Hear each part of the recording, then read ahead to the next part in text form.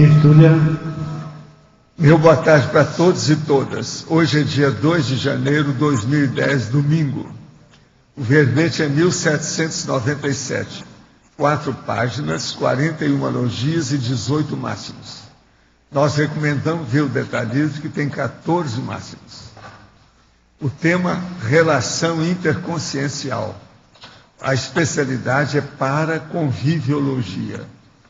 Definição. A relação interconsciencial é o contato vivencial ou parasocial, o cultivo do trato de cortesia, amizade e intercompreensão da consciência com outra, capaz de melhorar, reciclar ou aperfeiçoar os micro-universos conscienciais, pessoais ou as vidas de ambas as personalidades.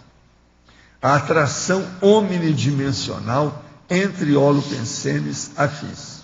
Nós vamos ver aqui, não tem praticamente nada na fatologia e parafatologia, é daqueles verbetes que nós chamamos a atenção para ver o detalhismo e ver o argumento da caracterologia, aonde tem 7 categorias de relações interconscienciais relevantes perante a evolução consciencial. Daí é o motivo que tem 14 máximos no detalhismo. Emissiologia. Dos 15 itens nós destacamos aglutinação interconsciencial, amizade interativa, amizade raríssima, círculo de relações e relação de discernimento. Agora, a frase enfática. Devido às interassistencialidades, as relações interconscienciais mais relevantes são as autoparapsíquicas ou multidimensionais, em particular, as mantidas com consciências lúcidas. Você mantém relações interconscienciais predominantemente com quem?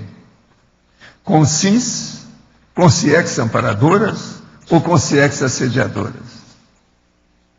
Esse é o resumo da ópera. Agora, pergunta.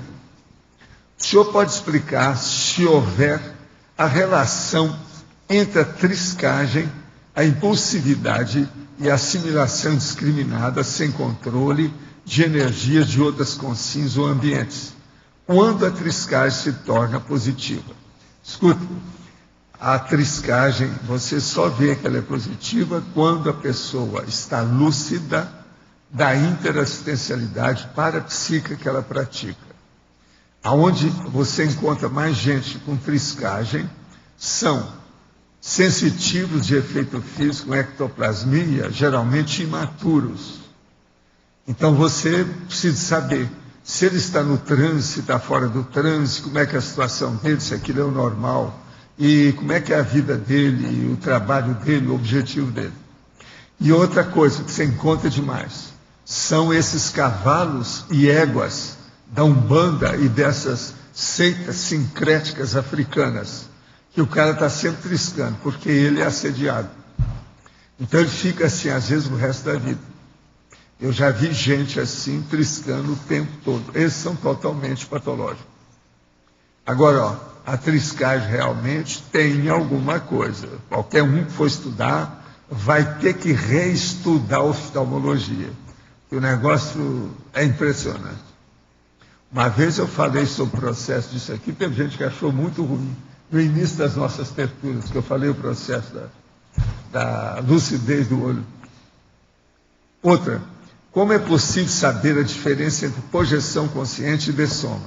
Assim, você vai ler um livro que chama Projeciologia, que lá nós falamos sobre a mini-morte temporária. A projeção é a mini-morte temporária. Agora, a dessoma é uma morte definitiva, quer dizer, a desativação do corpo humano definitivo.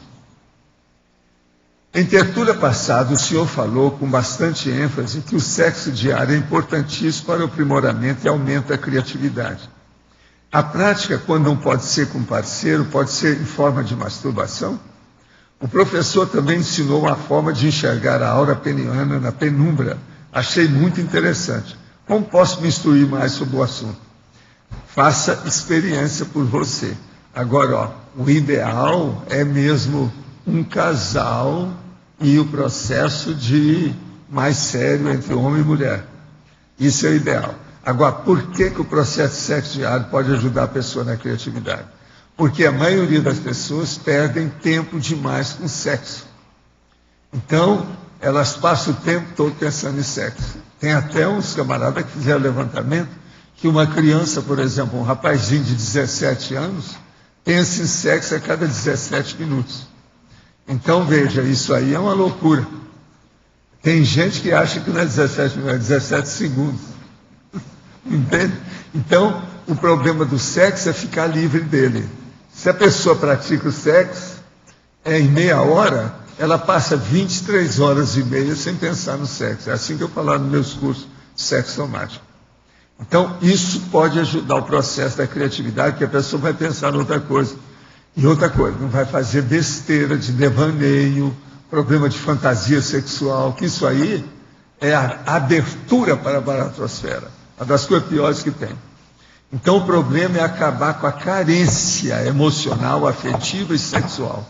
Isso é que é o processo sério também. Agora, o mais, você estuda.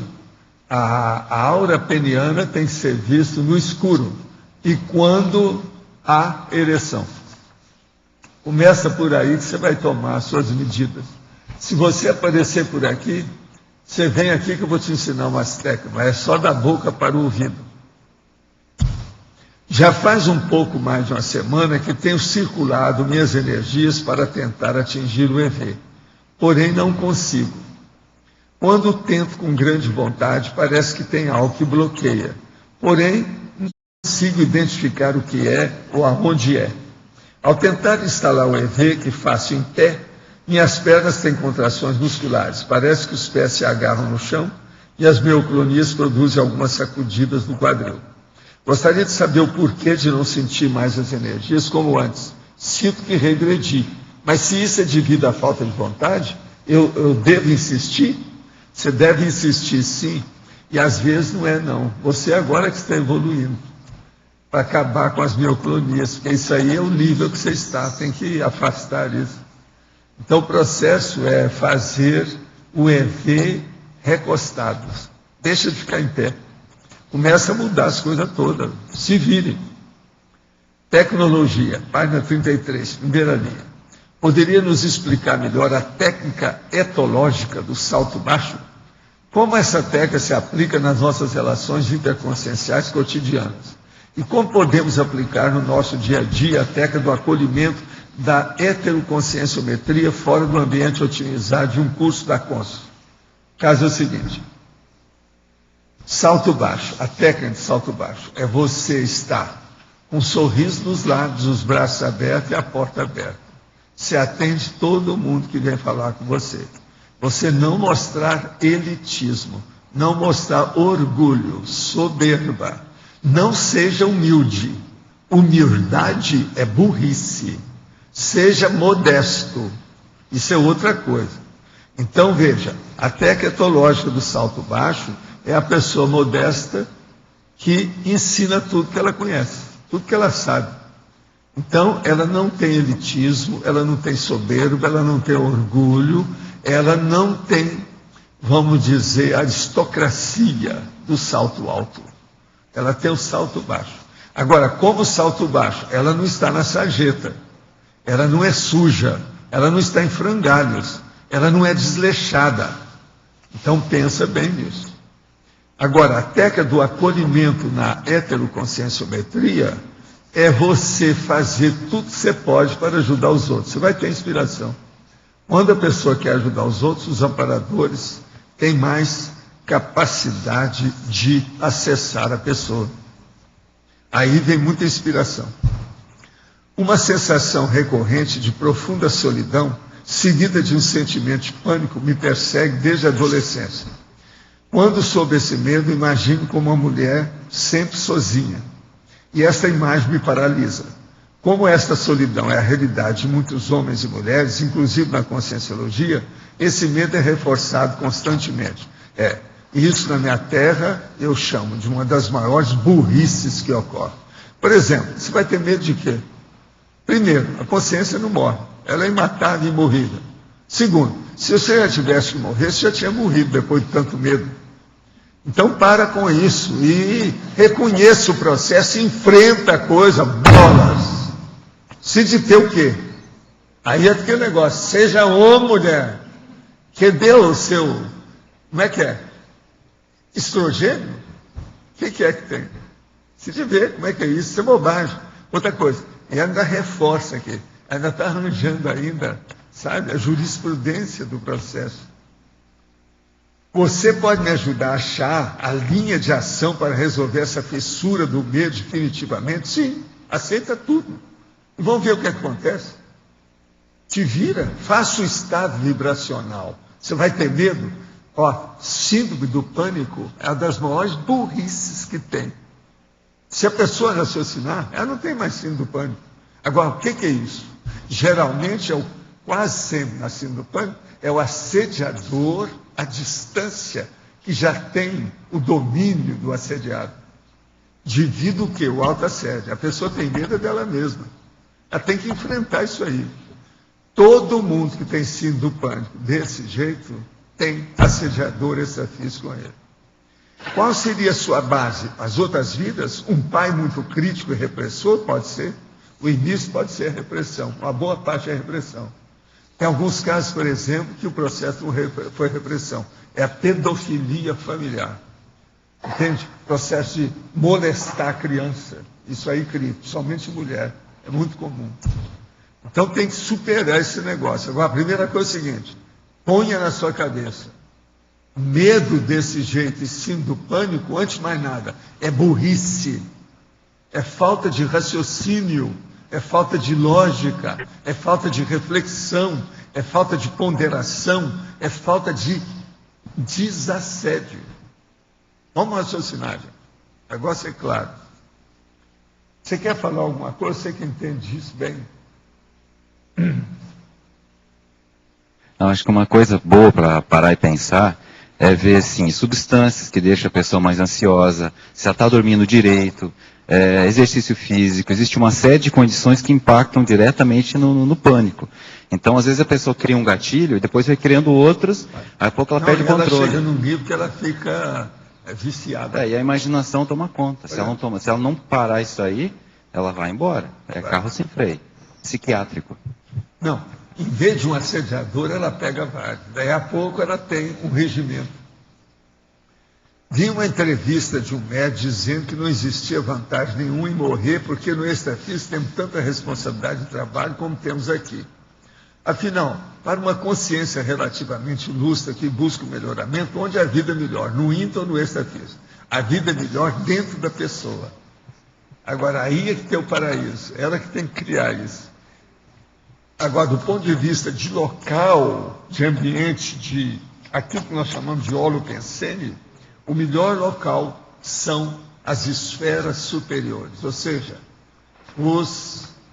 as comunex mais avançadas, aquela que não tem mais assédio, não tem mais nada. Essas são muito melhores para viver. Agora, parece que o lugar melhor, mas eu não conheço bem, é o modo de viver da consciência livre. Mas esse eu não conheço, eu só tenho o palpite, eu dou o palpite. Agora, tem o nosso amigo que me escreveu aqui um testamento, e eu vou só responder as duas perguntas. Eu li tudo com calma, etc. Tal. Então, vamos lá, as perguntas. Meus pais são espíritas e gostaria de ouvir sobre a prática do Evangelho no lar.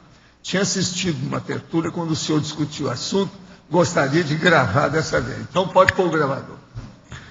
A primeira coisa é a seguinte: Evangelho no lar. A intenção é boa, mas muitos dos evangelhos no lar, ou as práticas do evangelho no lar, são negativas. Por quê? Porque eles começam a fazer verdadeiro desassédio através da leitura do evangelho e outras coisas mais. Aquilo, então, com o passar do tempo, se transforma numa desobsessão. Agora, fazer desobsessão em casa, com criança, é totalmente negativo. Então, entenda isso. Uma boa parte, só os 90% dos evangelhos do lar que eu sabia na época, todos eles eram prejudiciais do ponto de vista principalmente de criança. Agora, de vez em quando, tinha os cachorros também alterados, devido ao evangelho no lar. Outra coisa, O Evangelho do Lar, ele às vezes é feito com horário marcado, no dia certo. Isso é um perigo para os assediadores. Eles, a canga aparece. De modo que é muito difícil falar no Evangelho do Lar só abobrinhas. Geralmente vão acabar caindo para o lado de desassédio, não é assim? Pois é, uma vez por semana. Mas acaba levando para o desassédio. Agora, outra pergunta. Conversando sobre sono com um amigo, ele me perguntou se existe alguma sinalética comportamental ou orgânica de quem dorme em decúbito dorsal e de quem dorme de bruços. Se fui muito longo, critiquem, peçam desculpas, não tem nada, se não foi longo, não. Eu li tudo, eu só li aqui para o povo aquilo que interessa. Quando é um testamento, eu leio só aquilo que interessa. Entende? Eu deixo a leitura só para mim, porque senão nós não vencemos aqui os testamentos que aparecem. O que eu quero dizer é o seguinte, aqui no caso da sinalética, o decúbito dorsal é bom para a pessoa fazer projeção. Qualquer coisa, veja o livro Projeciologia, que eu expliquei isso tudo. Eu, para compor e redigir o livro, demorei 19 anos. Lá tem tudo explicado. Todas as partes técnicas eu fiz experiência. Vale a pena ver. Agora, o processo é esse. O decúbito dorsal é a melhor coisa para sair do corpo. Barriga para cima. E relaxa tudo. Ajuda demais. Olha, eu quero mostrar aqui para vocês mente e cérebro. É o número 216, agora recente. Essa revista, como essas modernas, custa falar, mas essa aqui é de janeiro de 2011. Quer dizer, desse mês agora, 2011. E aqui está, a revista, a capa é essa. Tá certo? O artigo que eu quero falar é esse aqui. Não é demência, é seu cérebro, é seu remédio para o colesterol. Então veja, substâncias presentes em medicamentos de uso crônico podem provocar efeitos colaterais na memória e na capacidade de aprender. Lembra-se que eu falei aqui que eu estava tomando remédio faz mais de ano isso. Eu deixei e consegui recuperar depois de alguns meses. Eu passei tomando um dos remédios que é um desses aqui. Agora, o caso aqui é muito interessante pelo seguinte. É o ex-astronauta Duane Graveline, da NASA, ou Graveline, mas é Graveline, da NASA. Ele tomou o Lipitor, sabe? Agora, o Lipitor, né, que alguns falam, mas é Lipitor.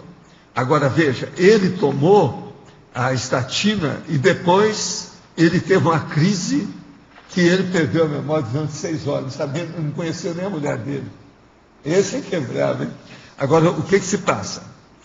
Após 8 semanas de tratamento, o astronauta sofreu um novo surto de amnésia e abandonou completamente as estatinas. Ele primeiro teve um surto, aí ele parou. Aí eles falaram, não, pode voltar, que isso aí é coisa toda. Ele voltou 8 semanas depois. 8 semanas de tratamento. O Graveline sofreu um novo surto de amnésia, abandonou completamente as estatinas. Lembre-se que eu falei isso aqui, defendi a situação, agora já estão vendo. Agora veja, eu não vi isso aqui na ocasião. Agora veja, quando saiu as estatinas, eu fiz a experiência e vi que o negócio alterava a cabeça. Eu não tomei nem 3 dias, parei logo, falei, eu não entro nessa. Agora veja, quando eu fui tomar daquela vez, eu avisei tudo, falei assim, eu tomei isso está melhor? Está melhor coisa nenhuma, o negócio ainda está fazendo mal. Agora tem que usar esses outros derivados que são mais suaves, que hoje, por exemplo, eu estou com a minha memória recuperada. Você está entendendo? Mas veja, o Antônio teve, isso é um perigo. Na ocasião eu defendi a situação, lembra? Falei com ele. Agora o que é interessante é que está tudo aqui, Se vocês quiserem ler, esse assunto é interessante. Não. Mente e Cérebro de janeiro. Está aí. É dessas que você pegou lá. Você não chegou a ver essa revista, não? Hoje nós vamos ver essa revista. Professor, aqui na letra B, aqui na frente.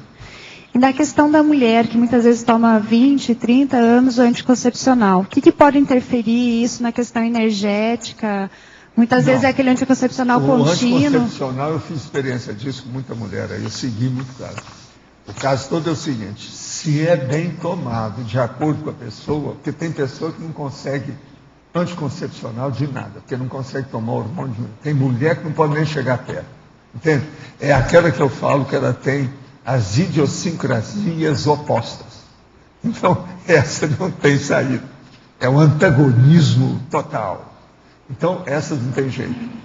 Entende que é processo de idiosincrasia. Para a memória. Mas agora, se a mulher é normal, tudo normal, ela admite as coisas com o negócio e segue aquilo de acordo com a dosagem certa dela, isso não interfere em nada.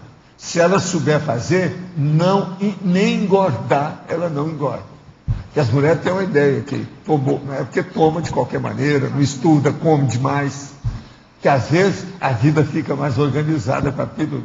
O senhor nunca escutou nada a respeito de interferir na memória também? Não tem nada disso.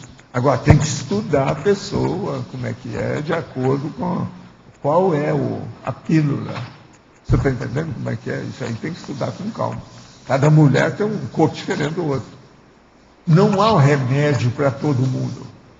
Cada pessoa tem um remédio específico. Entendeu? A dosagem deve ser específica. Tem uma opção de coisa assim. A medicina agora que está começando a querer entrar nessa. Porque isso aí precisa de estudar há muito tempo.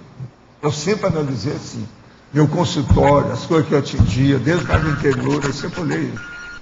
Eu nunca achei que um remédio serve para todo mundo. Não existe isso. E outra coisa, nem homeopatia não é assim. Por exemplo, o povo, tem muita gente que não confia em homeopatia. Isso é um erro. Homeopatia mata. Se a gente pegar homeopatia muito forte e dar para a pessoa, é igualzinho um excesso de remédio. Pode matar uma pessoa. Entende? O processo, a dinâmica, isso aí funciona, o negócio não é fácil, não. E outra coisa, às vezes uma dosagem à toa, mas muito bem dosificada para a pessoa correta, melhora a coisa como se fizesse um milagre. Porque o processo é energético de dinamização. Tira mais uma funciona. dúvida. Não adianta combater isso. Mais uma dúvida. A respeito da mulher não ter mais menstruação, ela parar, sendo jovem. O que pode interferir isso no processo energético, parapsíquico? Tem alguma coisa? Quando para a menstruação geral, do jeito que eles estão fazendo, um negócio geral, que não é da pílula, pode criar problema com a pessoa, assim, dá alteração nela. Porque aí é como se fizesse, por exemplo, os mesmos efeitos da salpingectomia, a ligadura de trompa com a menina, por exemplo, de 22 anos. Isso aí é perigoso. Pode alterar a cabeça, dar alteração de neurotransmissor. Isso eu já vi casos assim. O negócio é sério. Então aí tem que estudar. Porque hoje estão parando com a menstruação definitivamente. A mulher vira um vegetal. Não tem mais. Isso aí é que eu estou falando. Isso aí tem que ir com calma. Nem tanto ao mar, nem tanto à terra. É igualzinho fazer uma esterectomia numa menina jovem. Vai ter problema mais tarde. Primeiro, ela vai virar uma baleia. A tendência é essa. Porque cria os processos da pelve, aumenta tudo. Porque traz um dos benefícios, assim, é aquela disfunção, né, hormonal, você fica com alteração. Uma coisa séria. Uma mulher muito bonita, sexy, rica, cheia de vida, às vezes viajada, linda, tudo isso. Ela, então, de uma hora para outra, pela circunstância da vida, ela quer parar com aquilo, não quer pensar em filho, não quer pensar em nada. Então, ela arranja um negócio desse. A hora que ela usa isso, os hormônios começam a alterar tudo, porque todos os sistemas biológicos se alteram, ela começa a ficar deformada. Ela fica doida, muito suicida. Ela que era bonita, virou aquela baleona, toda alterada, entende? Às vezes mesmo, alterada mesmo. As proporções, tudo altera devido ao processo disso. É igualzinho esse processo da esterectomia, salpingectomia, mexão em hormônio, principalmente quando ela é moça, novinha, 20, 22 anos, como tem acontecido, eu vi casos assim. Aí é um perigo. A mulher fica doida, ela suicida. Primeiro dá um desgosto dela, dá outras coisas, depois aquilo altera, vem os neurotransmissores, um milhão de coisas, pronto. E outra coisa, quanto mais jovem, bonita, cheia de vida, de uma hora para outra ela acabou com o corpo dela. E aí depois que quer consertar aquilo, não tem mais jeito. A hora que mexeu no processo, na questão, por exemplo, da salpingectomia, eu vi casos assim, de tirar o chapéu, a gente dá até pena, terrível. Mas fala. Eu vi assim, aquela relação que você falou das personalidades italianas. Agora no meio. Como é que é, pessoal, o quê? As personalidades italianas que você me pediu para. Os italianos. Os italianos. O que tem eles? Agora, no meio aqui tem o Pietro Baldi, que é filósofo. Eu não sei, será que é o mesmo Pietro Baldi? Olha, eu acho que você já arranjou mais um, é o terceiro. Pietro Baldi é justamente isso. Pelo seguinte, ele era fixado no processo da Igreja Católica, quando eu encontrei com ele, quer dizer, dispersivo. Ele não viu o que era importante. Ele ficou preso no processo da Igreja. Olha aí. Tem outro. Então, esse é o terceiro. Que eu acho que. Aqui, ó. Pietro Baldi, o Bobbio e o Leonardo da Vinci. Já tem 3. Agora. Vê se você acha mais. O Giordano Bruno, pode ser que seja. Não, o Giordano precisa estudar mais, ele é complexo. Agora tem mais, o Galileu Galileu, que ele foi o primeiro cientista a utilizar a metodologia. Mas esse você tem que ver, mas esse aí eu acho que ele era. Parece ele era que firme. não é disperso esse. Mas eu peguei uma amostragem aqui. A maior prova dele é que ele admitiu os negócios da igreja para ficar livre da igreja. E tem uma Pur si move. Ele falou, pur si move. Ele não é bobo. Quer dizer, a Terra continua rodando, eles estão achando ruim aí, né? O Dante, por exemplo, estudar, eu não sei, parece que não é. Quem é? Dante Alighieri. Não, o Dante eu preciso de ver, isso aí eu não sei. O Machiavelli parece que não sei. Não, o Machiavelli era pirado. Piradão.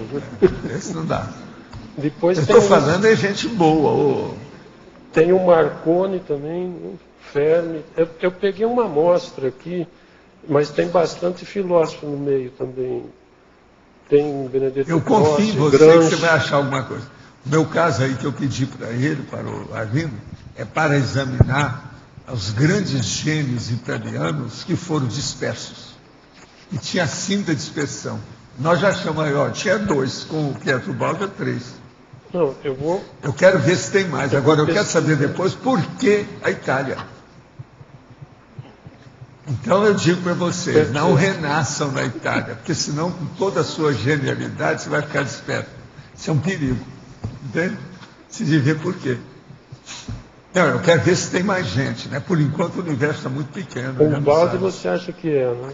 Olha, o Baldi, sim. Esse aí eu conheci. Eu vi como é que era, realmente. Tinha disso. Agora depois Ele era disperso, fixado no processo da Igreja Católica. Aí eu ele não viu o alcance do trabalho. Eu estava vendo tudo isso, eu vi essa questão do Cesare Battisti, que esse aí não vou pesquisar, mas sei. Esse aí foi questão que o Lula, no último dia, né, deu... Agora, eles vão resolver só em fevereiro se ele fica ou se vai. Se ele fica na cadeia ou não. Agora, você sabe que o governo italiano chamou o embaixador, né? Tirou o embaixador do Brasil. Vamos ver o que vai dar, eu quero ver só. E o que eu vi aí... Há muito tempo que eu não vejo briga entre o Brasil e Itália. Desde a Segunda Guerra Mundial que eu não vejo. A imprensa... Na época do Barrigudo lá, o Mussolini tinha a briga, né? A imprensa brasileira em geral, que eu andei pesquisando, está contra o que o Lula fez, né? Está contra a imprensa brasileira. Não, eu acho que o certo seria ele ir para a terra dele, né? Se eles falam que o cara matou 4 pessoas, tem que resolver a justiça de lá, né? Agora, o Lula, você sabe, ele põe a mão em tirano. Veja bem, o nosso amigo do Irã, o nosso amigo de Cuba, o nosso amigo lá da Venezuela. Quer mais? Então, por exemplo, ele matou 4. E o Fidel Castro matou quantos? Olha aqui, só uma noite do paredão foram 3.000 pessoas assassinadas no pelotão. Agora a imprensa... Depois da Sierra Maestra. É só ler a história aí. Eles não gostam de falar nisso. A imprensa está pondo em dúvida se a Dilma vai dar um continuismo, mas parece que vai, né? Nesse problema. Vamos ver quanto que ela vai ser lulista ou quando que ela vai ser dilmista. Qual o percentual disso? Eu penso que ela vai se definir cedo ou tarde, porque lá em cima, quando ela sentir que ela está com o poder na mão, ainda mais os hormônios, né, femininos, vai ser a mulher de ferro, a dama de ferro, a Tátia, nossa. Eu acho que o caminho dela é a Tátia. Val, Vamos ver para onde que vai. Aqui. Por que você fez a associação da síndrome do pânico? Fala mais alto, porque senão não dá para a gente ouvir. Alto. Por que você fez a Ela vai associação? falando coisa. Estava longe.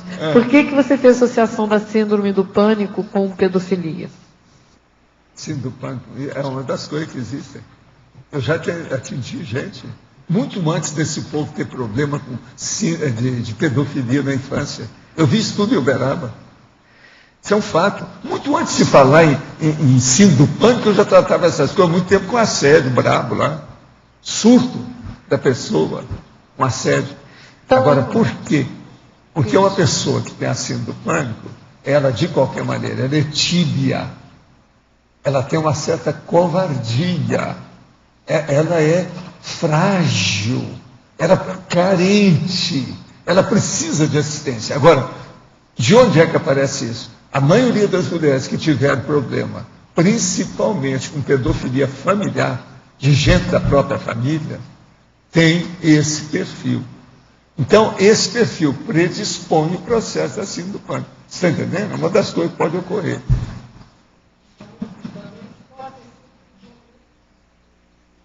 Como é que é? mesmo que tenha sido em outra vida. Pode não, se for em outra vida é pior, porque se a pessoa trouxe aquilo, ela já tem o problema da tíbia já séculos. Isso aí é terrível. Entende? Entendi. Então, veja, ela às vezes já predispôs o processo dentro da família. Essa criança é bonita, sexy, e tem um familiar na família, principalmente se é uma menina. E ela é mole, tíbia, débil, frágil, mais fácil ainda de cometer a molestação, como eles gostam de falar hoje. Molestação. E a mesma coisa. Agora, o processo todo é que, em muitos desses casos, é incesto. Claro. Isso é terrível a gente pensar. Outra coisa, o número de meninas molestadas é muito maior do que está por aí. Elas não são notificadas. O número é uma subnotificação das piores que tem em medicina. Eu já falava isso, ó. Gente, eu vivi no interior. Você tem que entender isso.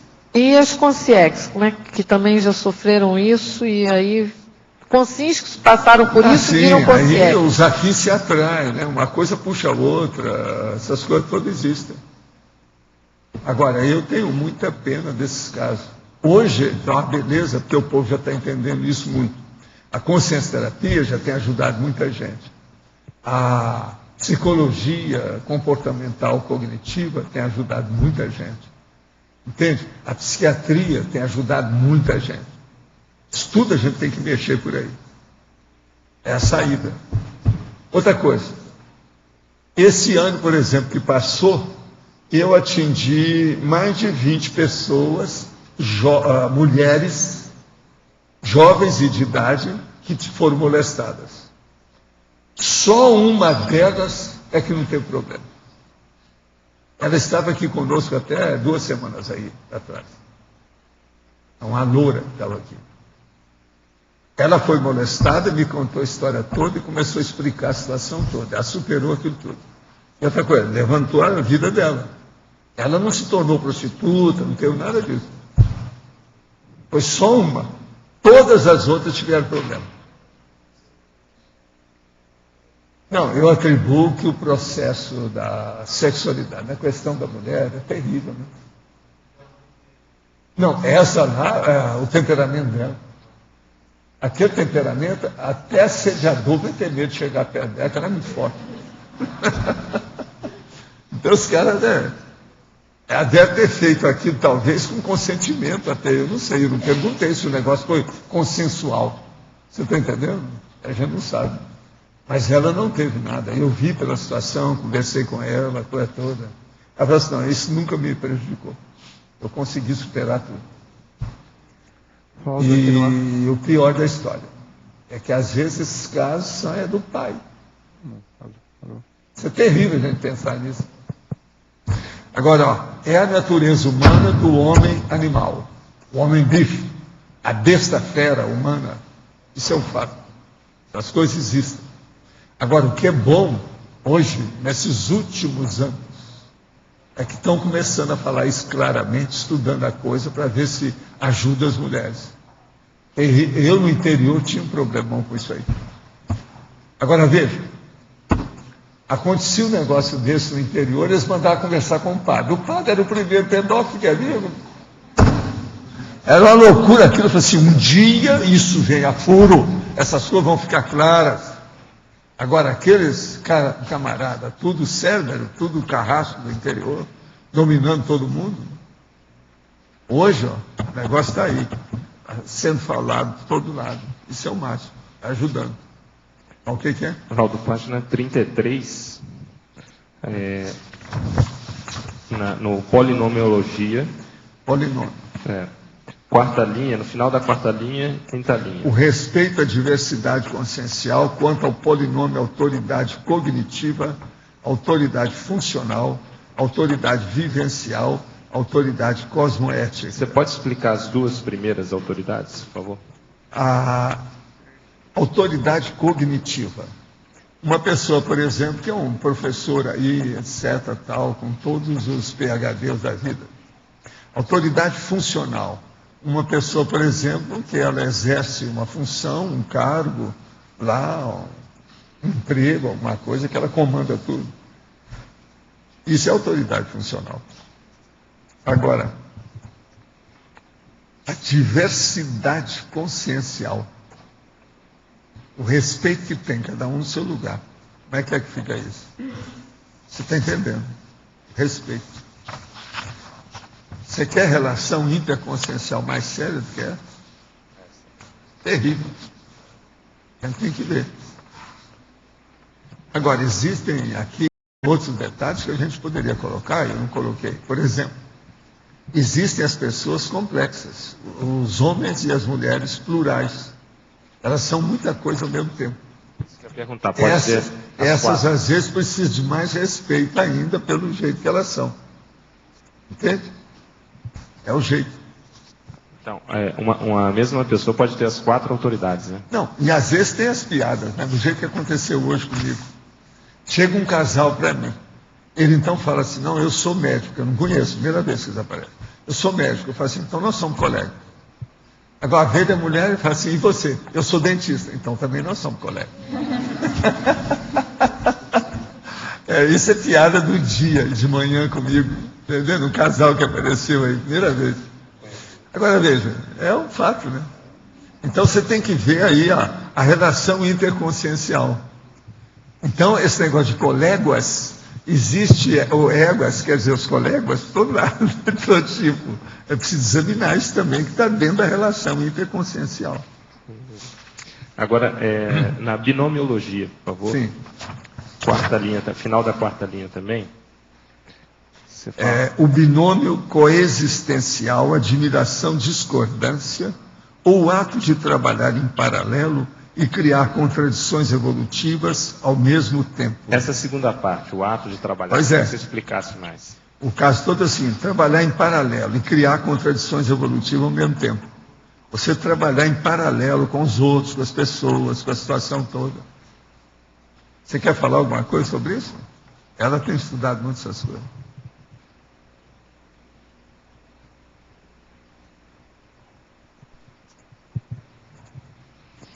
Eu acho que, como é aqui a admiração, discordância, então você vai trabalhar em paralelo, quer dizer, você está trabalhando junto com a pessoa, né, cada um na sua, mas ao mesmo tempo criando contradições evolutivas. Eu acho que é aquela questão que você vai discordar também. Então você não vai aceitar tudo. Então eu acho que entra nesse dinamismo Cada um aqui. está numa paralela. Cada um está fazendo um encontrar. trabalho, mas ao mesmo tempo esses trabalhos se conjugam tanto nas afinidades quanto nas contradições. Agora, e um a respeita pessoa não o se outro. cala. Eu acho que eu entendo assim. Que é o processo aqui, ó, relação interconsciencial. Aqui no caso, as paralelas não se encontram. Isso. Mas ao mesmo tempo que você está em paralelo, você está criando contradição. Um respeita você tá o outro e um debate, enriquece o outro com as informações. Isso é o colégio invisível. Tem uma certa independência, né? Que faz em Agora, o paralelo. que é bom é a gente falar aqui na primeira parte. Entende? O processo da admiração discordância. Agora, essas Ele contradições. é coexistencial, é a coexistência pacífica. Agora, a contradição evolutiva, você poderia dar um exemplo disso? A contradição evolutiva Criação dessa contradição. é aquela pessoa, por exemplo, que são dois irmãos. Um segue a religião e o outro é materialista. Cada um está seguindo o caminho dele. E um respeita o outro. Eles não vão às vias de fato, não vão dar soco para ficar o olho roxo por causa disso. Então isso é importante. Professor, aqui na letra A. Sim. O senhor podia falar um pouquinho aqui, na página 35, acabativa, com relação a amizade raríssima e falar um pouquinho da relação também com sim com ciex. A relação qual? Que número? É na página 35. Não, o número da relação. Acabativa seria número 3, amizade 3. raríssima. Relação parapedagógica, essa? Relação, amizade raríssima, o número 3. Não, a remissologia tem que ver o verbete. Acabativa. Você tem que olhar o verbete. Eu estou pensando que está falando a relação lá em cima. A relação aqui embaixo é outra coisa. Isso aqui tudo é verbete. E quando é verbete, eu peço a pessoa para ver. Sim. Tá certo? É melhor, porque lá tem todos os detalhes. Agora, as relações que estão aqui são fora do verbete. Essas 7 que eu estou falando aqui é para clarear o assunto. Walter. Pode falar. Podia falar da relação paratécnica, que é a número 7? A relação paratécnica, a macrosomaticidade, a parapsicoteca, o paramicrochipping. Então, veja, essa aqui é uma relação paratécnica. Uma pessoa que tiver essas coisas aqui, ou que já teve experiência, tem que saber conviver com os outros, para ver como é que fica isso. O que é que está fazendo em matéria de assistência? Isso seria uma ferramenta que facilita, no caso, as relações interconscienciais? Só facilita, né? Agora, precisa de ver o que a pessoa está fazendo com isso. Ela pensa só em si, só no egão, ou ela pensa nos outros? Isso é que tem que ver. No questão da parapsicoteca, aonde que entra esse contexto? Esse contexto entra principalmente na questão da TENEPS, na questão do OFIEX, na questão da pessoa que faz projeção. Isso tudo entra. E, uma coisa muito séria, nos processos mnemônicos. Você lembrar do que quer que se passa, as coisas todas, a sua paraprocedência, isso tudo influi. Tem sua razão de ser. Sr. Valdo. Sim. Eu queria que você comentasse mais sobre o processo do temperamento da pessoa, né? Como aprofundar isso, porque você já comentou que é a última coisa que a pessoa muda, né? A questão do temperamento. Então, assim, como usar isso a favor? É o seguinte, na mocidade, quando a gente é mais moço, você sabe disso, né, Patrícia? Não adianta falar muito que a pessoa não segue. Então ela quebra a cara, depois de algum tempo, ela começa a entrar na meia idade, ou a idade mediana, sabe como é que é? Então o que acontece? Ela começa a pensar, começa a ajustar a coisa toda. Mesmo com curso intermissivo, muita gente aqui não segue ainda na fase da mocidade, por mais que a gente fale.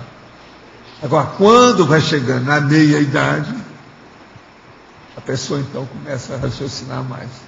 Porque ela já quebrou a cara mais uma vez, etc., viu que o caminho é aquilo ali, está batendo com a cabeça na parede. Então ela para pensar. Aí muda.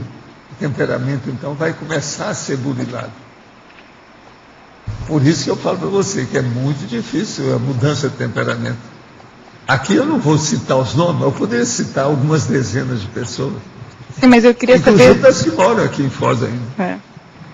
Mas eu queria saber, assim, como você pesquisar esse temperamento seu, como você... Eu acho que a melhor coisa que tem é aquilo que nós estamos fazendo na Cognops. Já tem Evolucim para criança, a Sinvex tem a reaprendência para os jovens, isso é o máximo. Então a gente encaminha para lá, para o povo começar a pensar já naquele nível. Na reaprendência, então, é muito chato, porque eu mesmo pedi para isso, para falar sobre erudição, que é para dar um impacto. Outra coisa, isso não está fora da regra, não. Para os psicólogos, isso é uma loucura, isso que nós falamos aqui. Mas para nós não é. Pelo seguinte, a pessoa que vem com curso intermissivo, ela às vezes tem lembrança daquilo nitidamente. E a erudição, ela consegue mais cedo. Você veja, eu já sabia da minha vida aos 14 anos. O que é que esse povo não pode? Se eu conseguir isso, por que eles não podem? Qualquer um pode aqui, se quiser.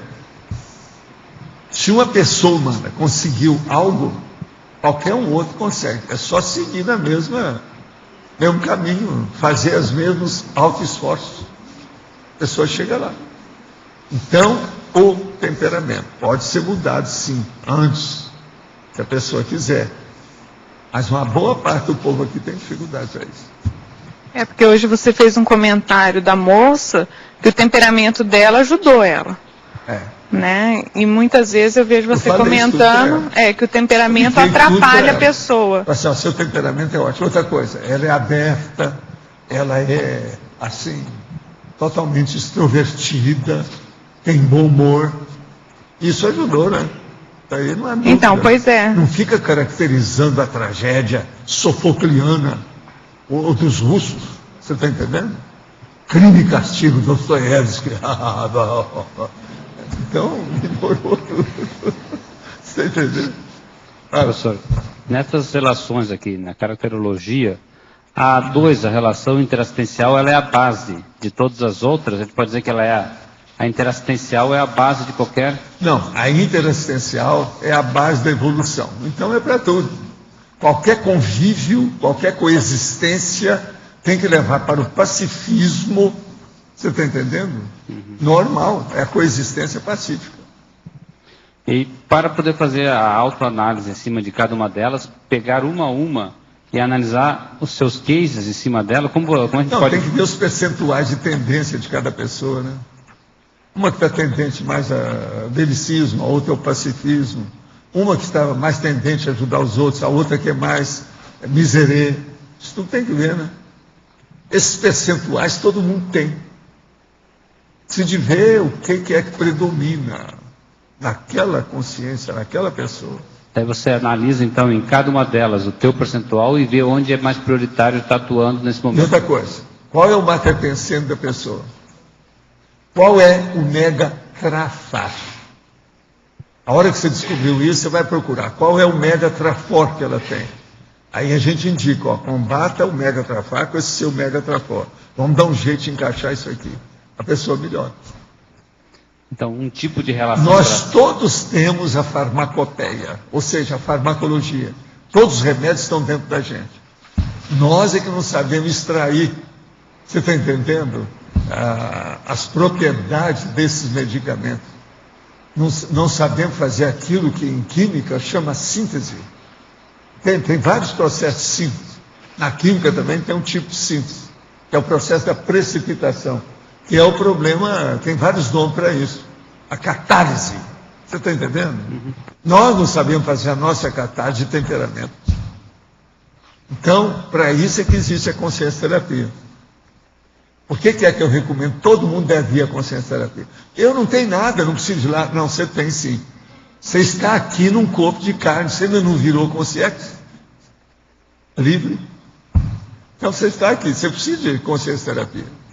Todo mundo que está num corpo humano precisa de consciência terapia. Para deixar esse corpo humano. O maior problema nosso é ter um corpo humano.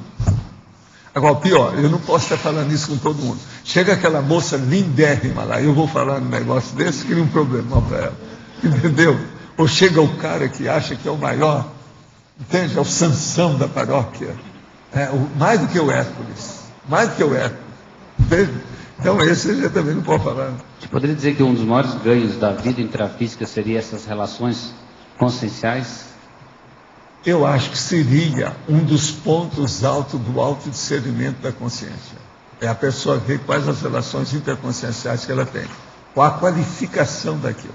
É o discernimento do mental soma da pessoa. Eu comecei a analisar isso muito cedo. Foi aí que a política me chamou a atenção.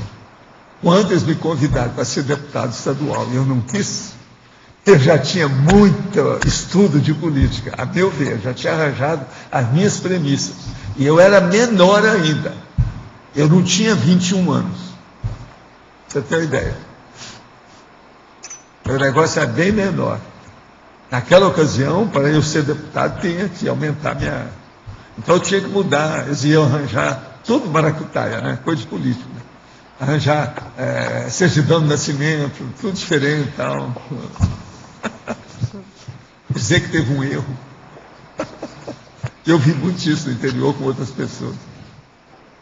Aí eu falei assim, não, eu já fui político em outras vidas, já tenho muita experiência dentro do assunto para o meu gasto. Chega. Eu ajudo vocês, mas não vou ser candidato a nada. E foi o que eu fiz, realmente eu ajudei. Né? O Mário, por exemplo, ele foi 3 gestões em seguida, ele saiu bem nas eleições de deputado federal. Enquanto eu estava lá. Valdo. Com isso não quer dizer que fui eu que elegi o homem, não é isso. Mas eu apresentei ao meu tijolo na Constituição, entende? Naquela questão do binômio admiração e discordância, dentro da relação profissional, assim, entre colegas, você acha que a gente buscar, se não conseguir a amizade, mas assim, ter a amizade do colega como alvo, para melhorar as relações, para tentar otimizar o ambiente, isso é uma estratégia assistencial, desde que não seja ingênua. Às vezes não tem jeito, porque a pessoa é pirada, né? Dentro do processo profissional é pirada. Então, cria problema com muita gente. Então aí você não pode também embarcar nas loucuras dele. Você tem que deixar de quarentena. Então o processo de conviver, às vezes, é na base da quarentena. Você não congela a pessoa, não é isso. Você não dá o gelo, você convive com ela, mas você não participa, para não se acompliciar. E aí você entra só com respeito, e outra coisa, no caso. Nunca entre e ser submisso a essa pessoa. Porque senão está danado. Numa repartição, num hospital, isso é um perigo. Mas então seria assim. Nós tivemos uma vez um médico assim aqui. E todo mundo teve problema com ele. Entende? O negócio não era fácil. Todo dia chegavam aqui para mim e choravam as pitangas. Eu falei assim, não adianta chorar as pitangas, nem jabuticaba, nem manga, nada. O negócio todo é deixar o homem para lá. Então, mas essa questão... Vocês têm uma ideia? Esse cara é tão pirado, dirigiu uma opção de coisa aí e tal, teve aqui uma boa temporada. Então ele foi lá no Holociclo, na hora que ele subiu, tinha 2 pessoas com ele. Lá pelas tantas, ele deu vontade dele ir ao banheiro, ele estava no meio do caminho da lógica. Ele chegou e falou assim, fica daí, não tem ninguém lá não tem ninguém, então fica de olho aí que eu vou urinar aqui. No meio do arvoredo ele urinou. Aí os caras falaram, mas como é que você faz uma coisa dessa? Tem banheiro lá embaixo, tem banheiro aqui em cima, qual o problema? Disse, não, pode estar certo, eu estou ajudando a terra, estou ajudando essa planta. Isso aí, o cara é piradão. Isso ele fez aqui no CAEC. Eu falei assim, ó, vamos deixar esse cara à distância daquele negócio. Tudo isso eu sei, eu não estava lá, eu não vi na hora. Agora, cumprimentei, a gente conversava com ele. Tal. Eu conheci o Mário. Agora, só de olhar assim para ele, você lembra dele, né? Conheci bem. Só de olhar o jeito dele assim, você via, coitado, esse é piradão. Agora, você pensou, pirado de quantas vidas? E outra coisa, um gênio, né? Uma opção de coisa, o homem é um gênio. É um gênio. Agora, Valdo, no ele dia a não está dia... mais. Eu estou falando por causa disso, porque se ele tivesse, eu não podia falar, porque já teria acontecido já tanta coisa se ele permanecesse aqui, que todo mundo já sabia como é que ele era. Mas, assim, ele não chegou a pintar as coisas, porque ninguém viu como é que ele era. No dia a dia, assim, mais cotidiano nosso aqui e tal, né, que tem essa questão do trabalho, da vida profissional, tem as questões de voluntariado e tal. E aí você, obviamente, tem as gradações, né, entre os colegas, os amigos, as pessoas que você tem mais afinidade e tudo mais. E tem que ter um discernimento em relação a isso, né? Mas você acha que o respeito é um padrão, obviamente, né, a gente trabalhar com isso, e quando possível você desenvolver amizade, seria uma coisa mais ou menos nessa lógica? O problema nosso é você saber discernir que você vai cultivar amizade a quem? Esse é que é o negócio. Essa seleção, essa triagem, esse diagnóstico, essa identificação é que mostra discernimento. Na maioria dos lugares que eu trabalhei, eu selecionava minhas amizades. Você está entendendo? Qual que é o cultivo que você dá para essa pessoa, para essa, para aquela? Você tem que saber. Tudo você tem que dosar. Você não pode dar uma amizade igual, cultivar para todo mundo igualzinho. Isso vai ser prejudicial até para as pessoas. Não é só para você. Então, tudo a gente tem que fazer a dosagem, a dosificação. O processo da atenção, o tempo que você gasta, como é que você faz, o social. É o problema de fazer o social. Isso é muito importante. A sociabilidade é uma necessidade, nós não podemos fugir disso. Uma outra coisa. Como é que você quer evoluir se você não cultivar o seu círculo de relações sociais? A evolução é assim. Você vai dessomar, você vai ficar isolado diretamente para a paratosfera. Ninguém vai querer chegar perto de você. Pensa bem. Então, o problema, uma pessoa que tem várias amizades aqui, mostra que ela tem muitos afetos extrafísicos. Muita gente que cuida dela, que tem contato com ela, se preocupa com ela, que vai acabar assistindo a ela.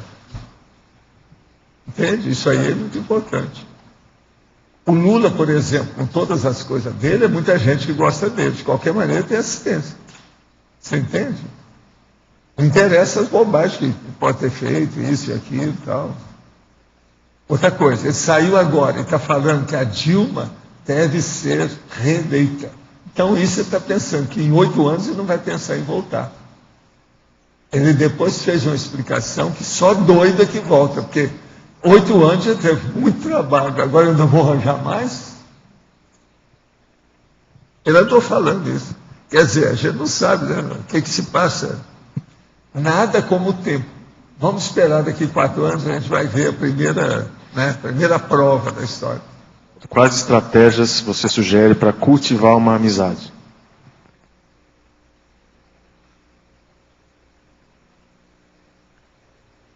É você não esquecer a pessoa, você ter contato com ela, sempre que for possível, mantendo o nível da maior autenticidade, sinceridade, honestidade.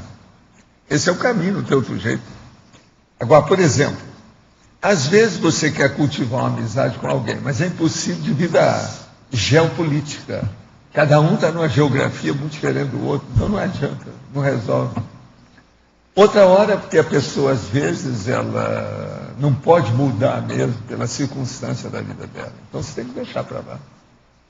Então, toda amizade você tem que respeitar o nível da pessoa sem querer modificá-la. Até um certo ponto você tem que se adaptar àquilo que ela é. Eu acho muito difícil você forçar a barra em qualquer coisa. Entende? Então a gente tem que ter contato. Isso é igualzinho e cuidado também, né, de reflexão. Isso é igualzinho a essas pessoas que às vezes falam, seria tão bom se o fulano, ou se a fulana viesse para cá, para trabalhar com a gente. Mas nem sempre pode. Tem gente que aí vive chorando as pitangas por causa disso também. Essas pitangas têm aparecido muito na época. Entende como é que é? Deve-se ter cuidado também com isso. Nós não podemos forçar a barra das pessoas. Elas têm seus compromissos, suas dependências, interdependências. Como é que faz? E outra coisa, a pessoa não pode estar desvestindo um santo para vestir outro. E uma pessoa, ela não pode sair do lugar que ela está, desfalcando aquele lugar na hora que ela sai. Ela tem que sair altaneira, de cabeça erguida, e todo mundo aplaudindo a situação dela, porque aquilo vai ser o melhor para ela e para todo mundo. Se ela sai, todo mundo chorando as mágoas demais, e ela deixou o negócio no buraco, está danado. Então, isso tudo a gente tem que pensar. Isso tudo também faz parte da amizade. É a amizade no grupo. O meu problema, quando eu deixei Uberaba, sabe como é que é? Com o movimento espírita, meu maior problema, as minhas amizades maiores, era do povão que eu atendia. Era do meu consultório. Entendeu? Foi com quem eu firmei mais amizade. Quando eu levei o Chico para lá, um monte dos meus amigos espíritas começaram a me olhar de lado. Por quê? Para eles, eu estava desprezando os espíritas de Uberaba, porque eu estava procurando uma pessoa de fora. Como ele era mais forte dentro do movimento espírita, foi um cotoveloma. Tem cara que nunca mais olhou para mim. E nunca apareceu lá na comunhão espírita cristã. De lá, de Uberaba. Agora você veja, e esse povo acha que eles são humildes, que são bons, caridosos, generosos, a vovozinha. Evaldo, e é um monte deles, vários. Uma última questão. Os amigos de infância, dentro do processo da Seriex, qual que é a relação mais próxima à sua consciência? Quando eu explicar, a maioria das pessoas tem mais amizade com o povo da sua infância. Isso é regra. Foi quando você começou a fazer as raízes da sua amizade. Mas veja, essas amizades nem sempre são as mais inteligentes. Perfeito. As mais inteligentes é quando a pessoa está madura, geralmente na meia-idade em diante. Que você escolhe, tem discernimento para escolher. Então você já tem a deliberação, a determinação, a definição melhor do processo evolutivo. Então, esse processo da infância não quer dizer que você vai desprezar o povo da infância, não é isso. Mas tem um problema da meia-idade, que é a maturidade. Agora, essa amizade da infância, ela tem mais relação, por exemplo, mais grupo kármica, mais, digamos, obrigatória? Nem sempre. Isso é tolice, é bobagem. Não. Por exemplo, se eu fosse contar esse negócio, está atorrado, porque a maioria dos meus colegas de infância mesmo, a maioria morreu. Uma boa parte morreu de verminose. O povo lá era muito atrasado. A meninada começava a ficar barriguda, e depois, aqui, ó, o pulso começava a afinar. Igual o cara que fica com muita cachaça. É a mesma coisa. O verme, isso é igualzinho, a reação é a mesma. Então, veja, a hora que acontecia isso, em pouco tempo a criança acabava morrendo. E outra coisa, saía ancilóstoma por todo lado. Pelo nariz, pela boca. Não é fácil. Quando acontece um nível desse, hoje nós não temos mais nada disso. Então não tem relação direta. Essas doenças da minha infância, uma boa parte dela que matava todo mundo, não existe mais. Então é meio casual mesmo, Valdo. Quer dizer, a pessoa é casual, a pessoa nasce naquela cidade. Por isso que eu estou falando, vai devagar com a andor. Agora eu fiquei lá até os 12 anos. Eu tinha um monte de amigos. Eu era um dos caras que tinha mais apelido lá. E esses seus amigos? Quando o cara tem apelido demais em Minas Gerais, é porque ele é mais popular. Você está entendendo? Tem mais apelido. É ou não é? Você que de mim não é assim? Mas esses seus amigos de infância, eles eram amigos seus há muitas vidas? Tinha alguns que eram. Pois é, essa é a minha pergunta. Tinha alguns que eram, tanto menina quanto menino. Eu sei disso. Então, eu vi depois. Isso tem lógica. Teve gente que depois nós fomos fazer assistência, a gente viu tudo. Outra coisa, eu já te contei, eu não sei se você já ouviu falar, eu tive uma projeção uma vez com todo mundo que era de Monte Carmelo, né, fora do corpo. Eles fizeram uma reunião. Geopolítica e extrafísica, a parageopolítica. E me convidaram, eu saí do corpo com tal mal, fui lá para ver. Eu queria ver, porque eu queria ver a madrinha Sindá, que tinha sido a professora da minha mãe. Todo mundo falava bem dela, sabe? Chamava madrinha Sindá. Naquela ocasião não era tia nem tio, era madrinha que chamava, né? Que em alguns lugares era dindinha, esse negócio. Então essa era a madrinha Sindá, foi a mãe dela. Eu conheci fora do corpo. Eu queria ver quem era. Aí eu fui olhar, era tudo gente que eu já conhecia, gente do Zé. Você está entendendo? Mas eu vi gente muito interessante nessa ocasião. E ali eu vi também gente que já tinha dessomado na minha infância. Desapareceram. Agora, o melhor da história. Eles fizeram na praça, perto da praça principal, perto de uma sorveteria. Foi num lugar que arranjaram, que tinha reunião com todo mundo fora do corpo. Agora, você veja, isso aí de vez em quando eles fazem para organizar a parapolítica extrafísica para ajudar o povo. Então vem todo mundo que gosta do local, que viveu bem ali, vem ajudar. Vem trazer o óbulo, a contribuição. Você está entendendo? Se ele recebeu e gostou do lugar, ele pode ajudar os outros agora. Isso é o máximo, extrafisicamente. Agora, a reunião lá tinha umas 60 concierges ao todo. Agora, a gente assim, humana, eles tentaram levar, mas a maioria não deu certo. Agora, eu apareci, vi, me apresentaram várias pessoas, tal. Entende? Tinha amigos meus que morreram jovens, eu vi depois, porque isso aconteceu, eu já tinha saído de Uberaba há muito tempo, saí de Monte Carmelo há muito tempo. Estava no Rio quando isso aconteceu. Quer dizer, foi depois de 60 e tantos. Entende? Agora, eu aprendi muito com essa reunião lá. Entende? Agora, é muito engraçado você ver, né, os nomes que historicamente o meu pai falava. Entende? Então eu vi o cara, ele saiu da tumba para falar comigo. Quer dizer, é muito estranho aquilo. Você vê aquele cemiteirão, está todo mundo bem. O povo que apareceu lá está em ótimo estado. Entende? Mas gente antiga, o coronel não sei o que é isso, o homem da água. Aquele povo todo que eu via as lendas, as sagas e as crônicas da minha família, do meu pai, falando do povo antigo, que eu não conheci, eu vi tudo fora do corpo. Está todo mundo lá, homens e mulheres. Pode falar. Valdo, o que a gente pode fazer como conexão para pessoas próximas que nascem no mesmo dia do seu aniversário? Pessoas próximas, nessas relações no mesmo de convivialidade que nascem no mesmo dia. Não, às vezes tem uma outra relação.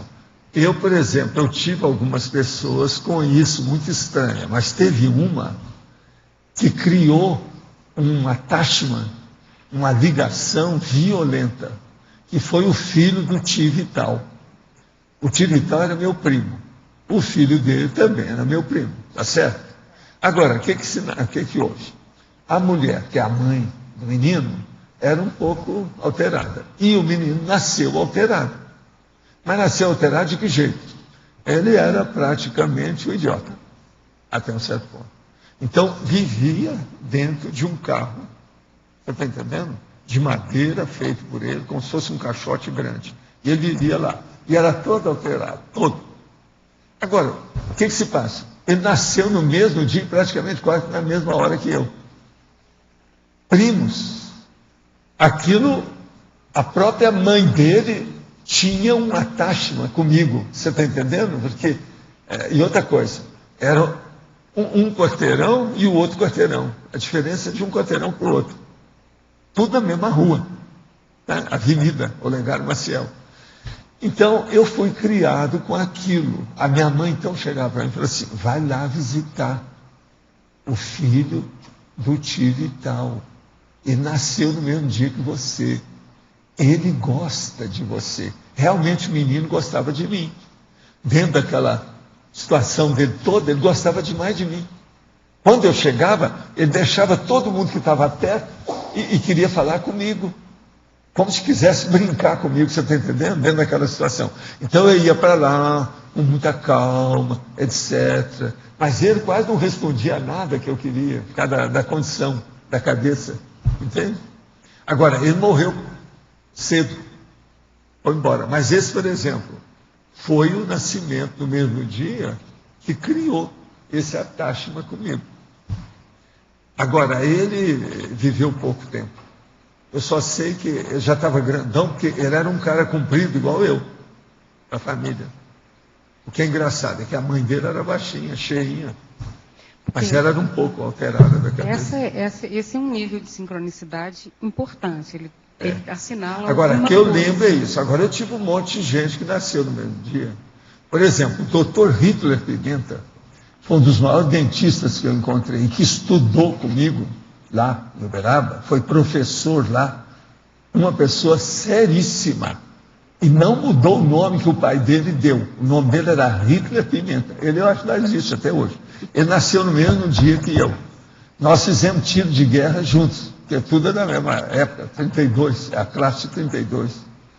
Então, veja, esse eu tive também muito contato com ele. Ele foi diretor da escola depois. Quer dizer que as sincronicidades elas podem ter menos ou mais conexões. É. Mas no livro Cristo Espera por Ti, uma boa parte dos acontecimentos acontece na data do seu aniversário, dia 12 de abril. É. Uma coisa ou outra. Né? Uma coisa ou outra não, quase tudo. Uma coisa ou outra. Não é uma coisa ou Agora, outra. Agora, meus tudo. processos nessa vida não eram em abril. A maioria das minhas coisas ocorriam depois de abril, era em maio. A maioria, por exemplo, eu fechei meu consultório em maio. Praticamente foi a hora que eu decidi.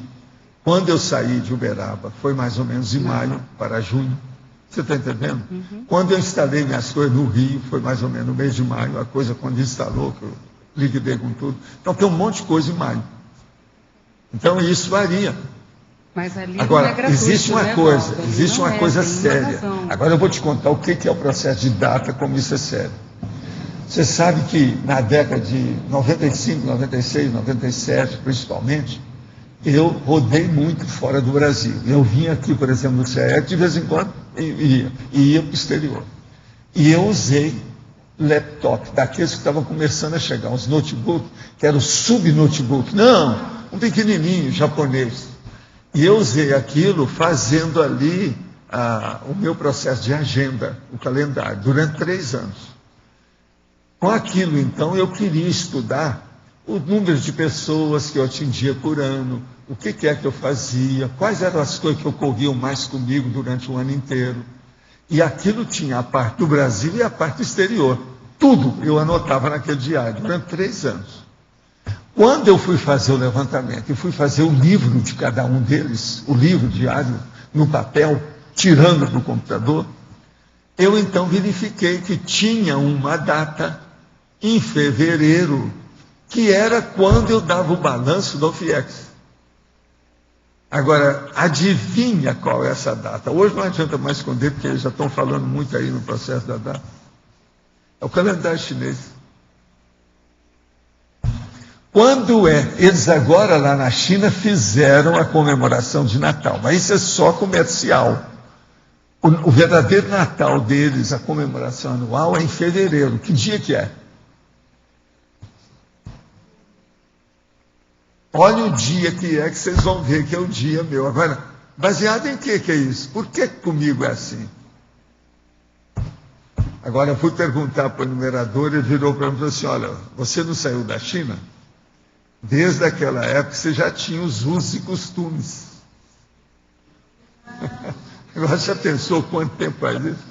Então, Valdo, seguindo essa linha de raciocínio, quer dizer, tem um dado que se a gente computar ali dentro daquele histórico, a gente encontra aqui, numerologia o que pesquisar. E cronologia cronêmica é um negócio que a gente não pode expressar. Tudo tem sua razão de ser. Né? Tem que ir com calma.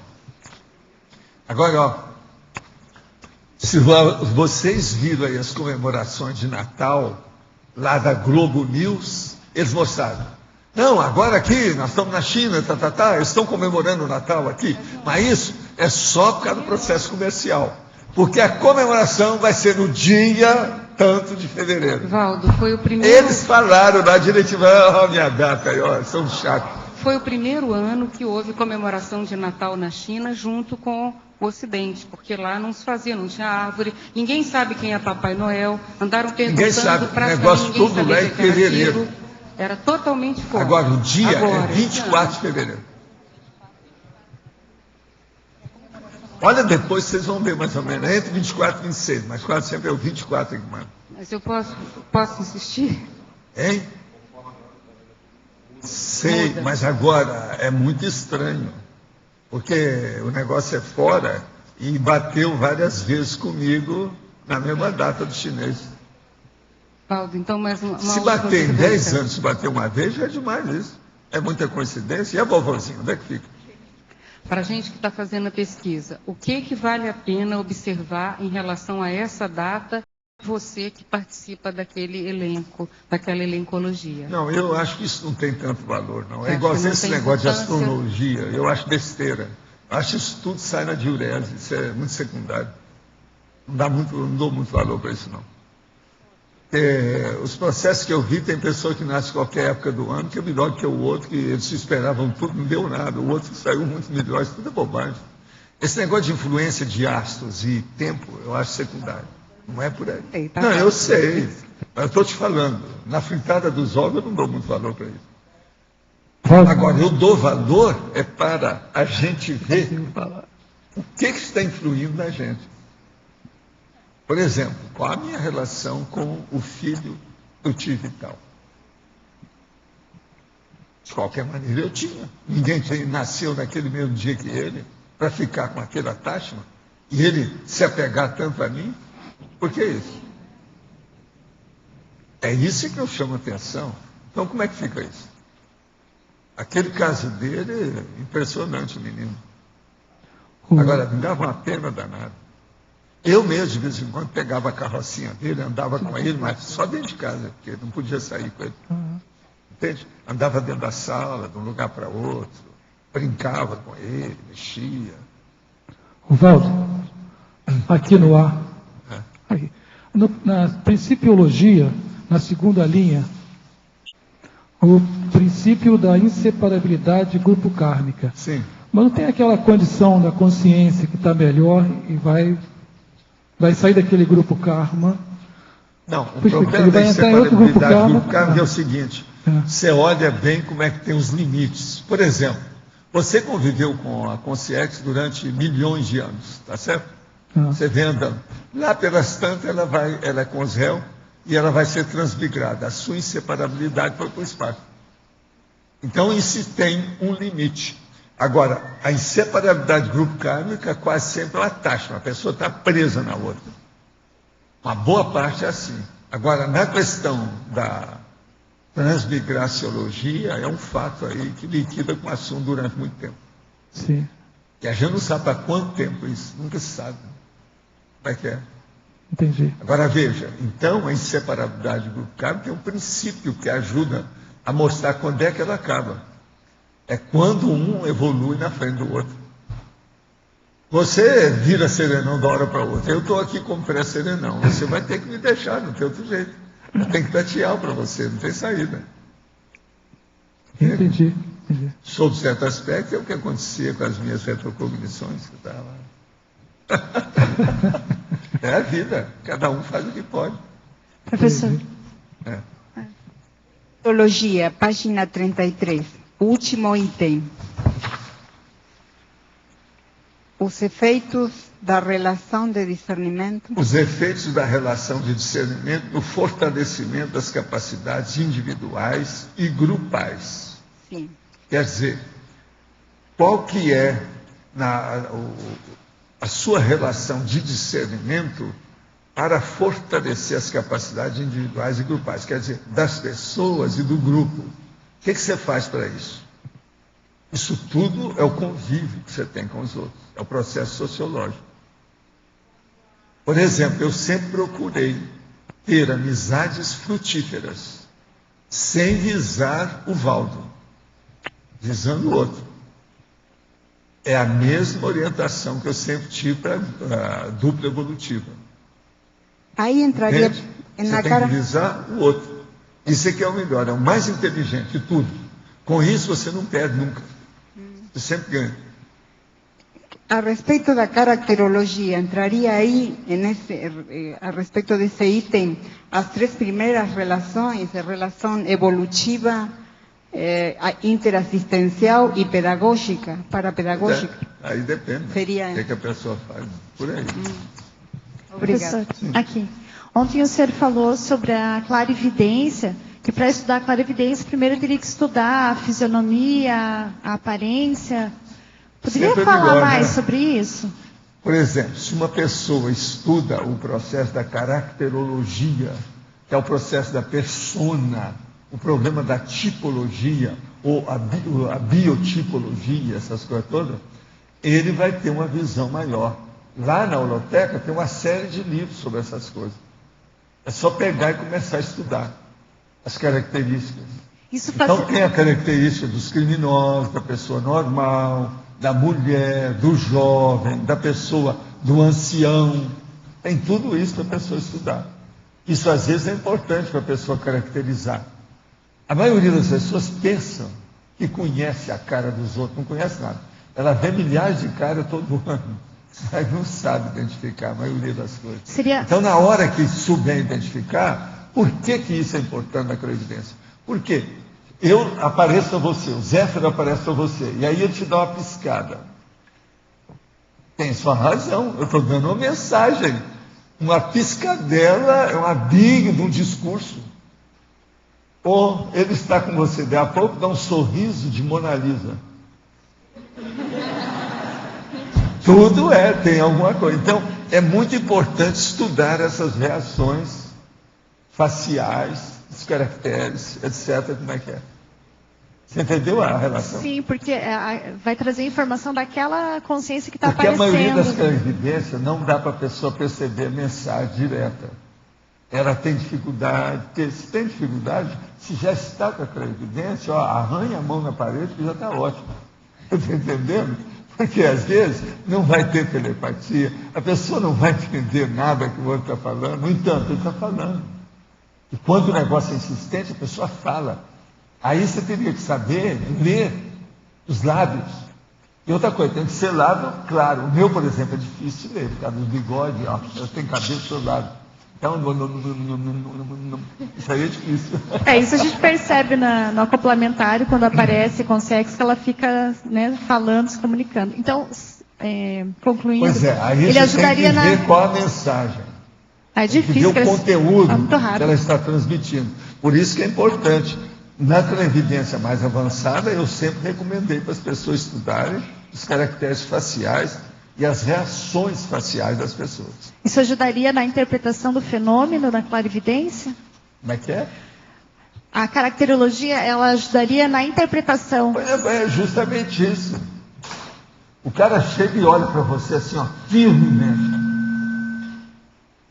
Ele está transmitindo uma ideia. Agora, às vezes você tem que captar aquilo maior. Aquela firmeza de expressão. Você tem que saber o que é isso. É muito importante. Outra coisa, tem livros que mostram todos esses casos, dessas expressões, desde a época do Darwin.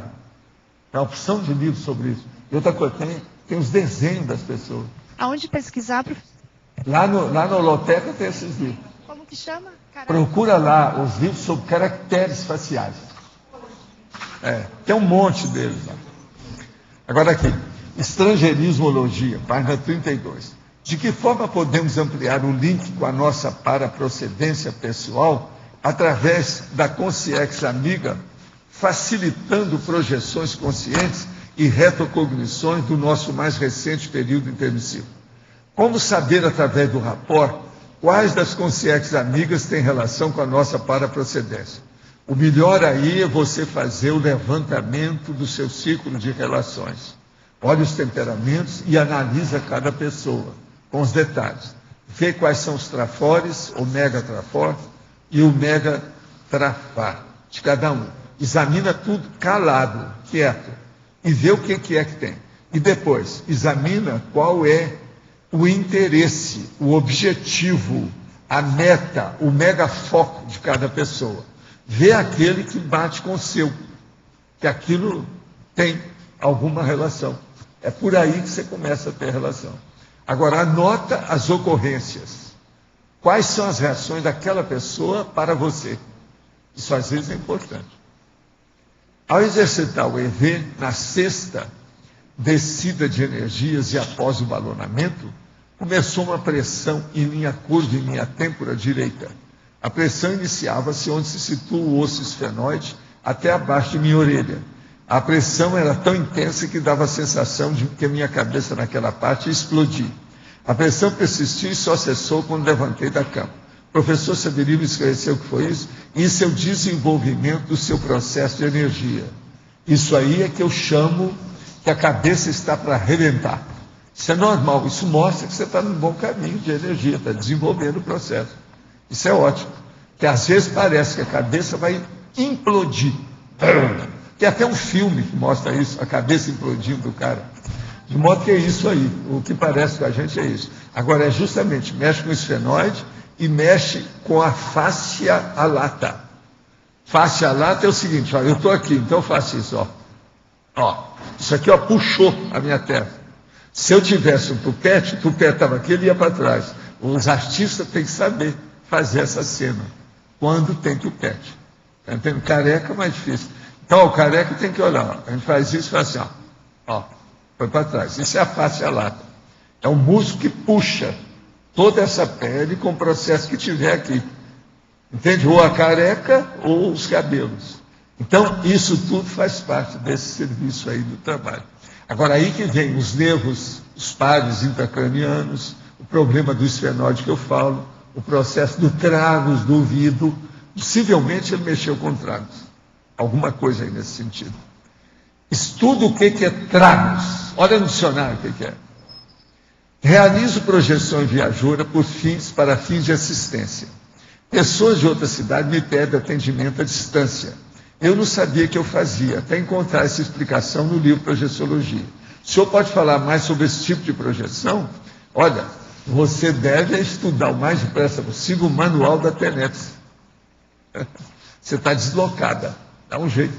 Manual da TENEPS para você. Qual a sua interpretação das últimas 2 decisões mais impactantes desse início do governo Dilma? A não extradição do Cesare Battisti e a falta da agenda para a representante enviada pelos Estados Unidos, Hillary Clinton. Em que isso pode afetar as relações interconscienciais Brasil-mundo? Olha, eu não sei. O negócio da extradição tem que ver, né? O que vai dar. A Hillary estava lá junto com ela, mas eles não tinham nada marcado para conversar, as duas, não é isso? Parece que ela estava lá. Agora, às 9 horas de hoje, quem ia falar com ela era o ditador da Venezuela. Eles falaram isso no Globo News. Estaram lá que eles usaram. De modo que vamos ver o que vai dar. Agora, ó, só tem uma coisa que eu gostei da Dilma, no discurso dela.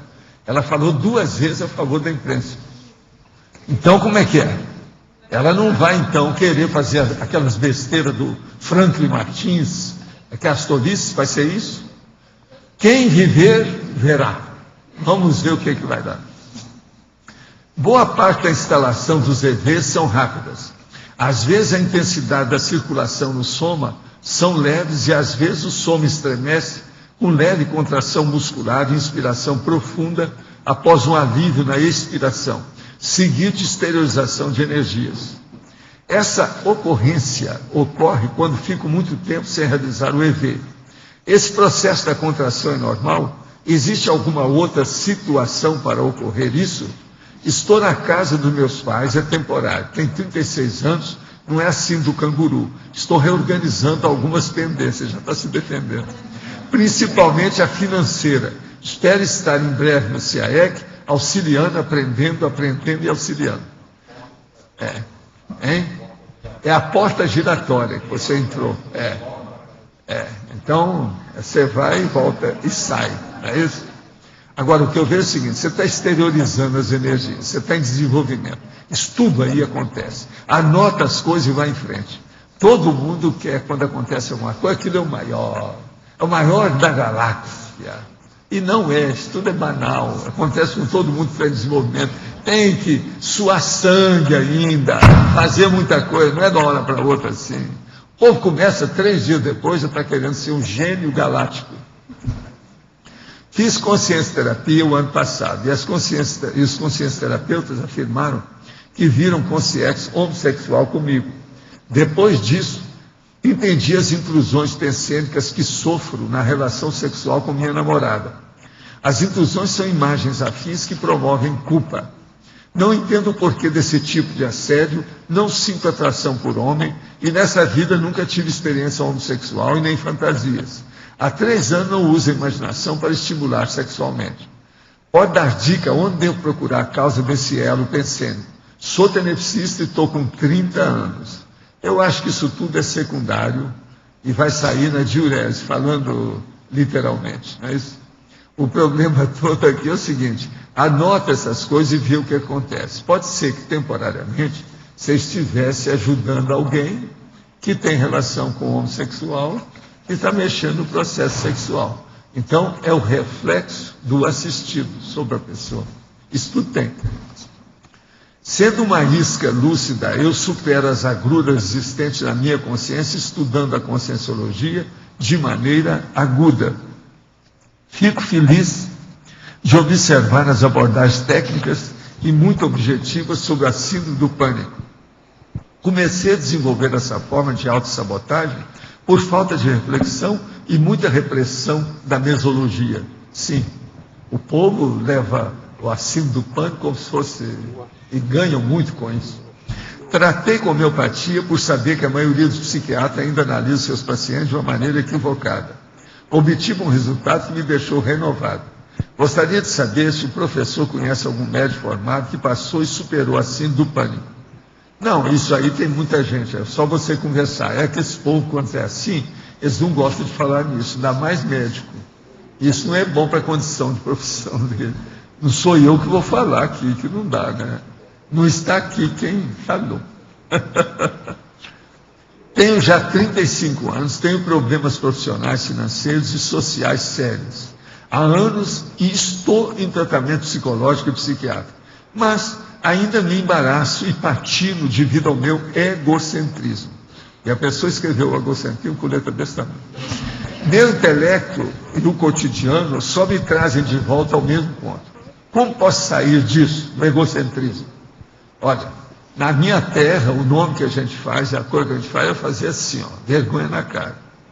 Se você sabe que você é egocêntrico, por que você vai ser isso mais daqui 5 minutos? Não tem razão.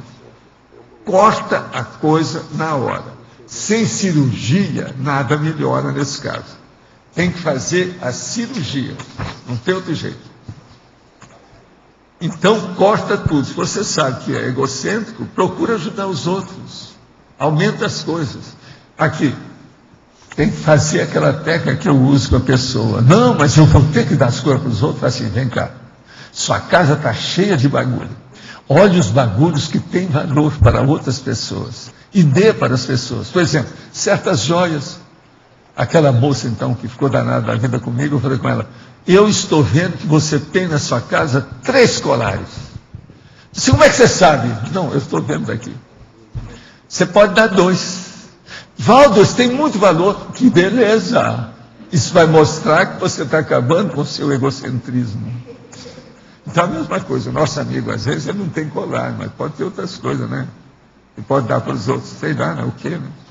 Às vezes, aqui, não adianta dar folhinha, calendário de mulher pelada para os outros. Isso não é bagulho para dar. Você está entendendo? É preciso olhar, porque o homem, tem aquele cara que fala, não, eu tenho uma coleção de calendários da Pirelli.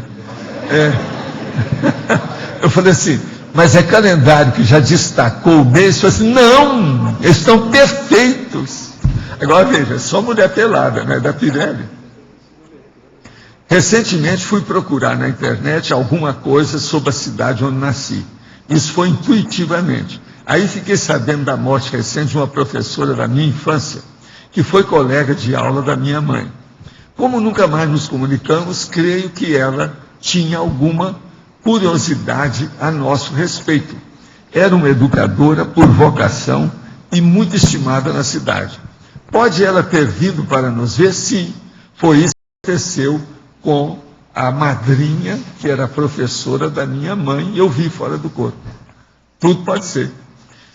Uma coisa que eu quero dizer para você é o seguinte, essas professoras antigas, dedicadas, do jeito que foi o caso da minha mãe, 35 anos de jardim, da infância e processo de curso primário sem sair, o ângulo de soma tem muita láurea, tem muito saldo. Então essas professoras às vezes são fora de série. Desse povo antigo, tem uma pessoa que uma vez me perguntou, Valdo, desse povo antigo, da Belle Époque, do século XIX, para o início do século XX, quem é de profissão que você acha que é fora de série do passado que você tem que ver? Eu falei assim, as grandes professoras primárias. Isso foi sem titubear, eu falei na hora, porque eu vi várias dessas. E minha mãe foi uma que seguiu essa reta, e foi bem. Né? Faço aniversário na mesma data que a minha mãe e minha avó, parte de pai. O que posso observar nas relações interconscienciais com essas pessoas para melhorar a autopesquisa e qualificar a relação de interassistencialidade? Olha, aí eu não... Né? Porque às vezes o processo é o seguinte, tem família que eles têm o calendário de fazer filho, né? Às vezes dá tudo mesmo, data. Isso aí com açúcar até eu. Então tem que ver, né? Tem os períodos certos. A empatia, a leitura energética, olha aqui, antigamente, na época da minha mãe, toda noiva casava no mês de maio. Lá em casa tinha até a rosa de maio. E tinha as flores de maio. Aquela flor comprida, grandona. Um dia desse eu vi até uma foto aí no jornal. São as flores de maio. Lá em casa tinha isso de todo jeito. Então, veja, tem as épocas com os processos das culturas. Isso tudo precisa de ver. Agora, veja, o povo casa em maio. Você já sabe mais ou menos quando vai nascer. Professor. Entende? Isso tudo já tem que dar. Porque em maio... Maio é o mês das flores. Então é o mês das noivas. A primavera? Durante muito tempo. Em certos lugares. Agora, isso tudo tem mudado com o tempo, por causa do processo de dinheiro. Mas o mês de maio era comum.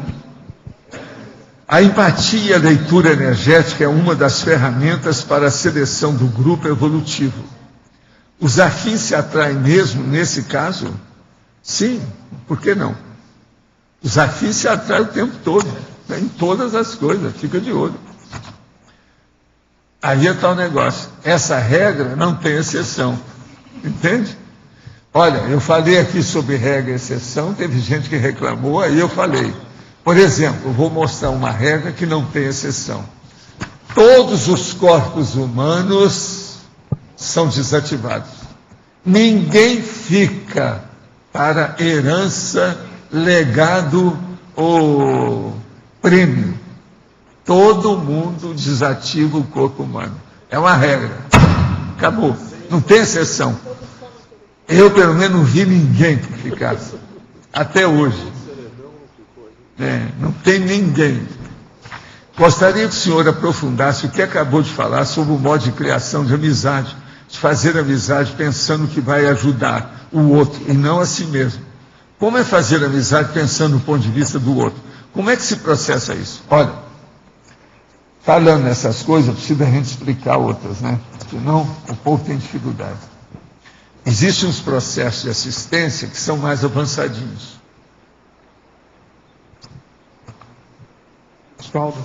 Então, qual é esse processo mais avançadinho? Por exemplo, eu aprendi, devido às minhas retrocognições, que eu não devia subir em cavalo. Então, eu nunca cavalguei. Eu nunca subi no lombo de um cavalo, ou de uma égua, ou de uma mula. Entende? Agora, isso para muitas pessoas, seria uma frescurite ou qualquer coisa parecida.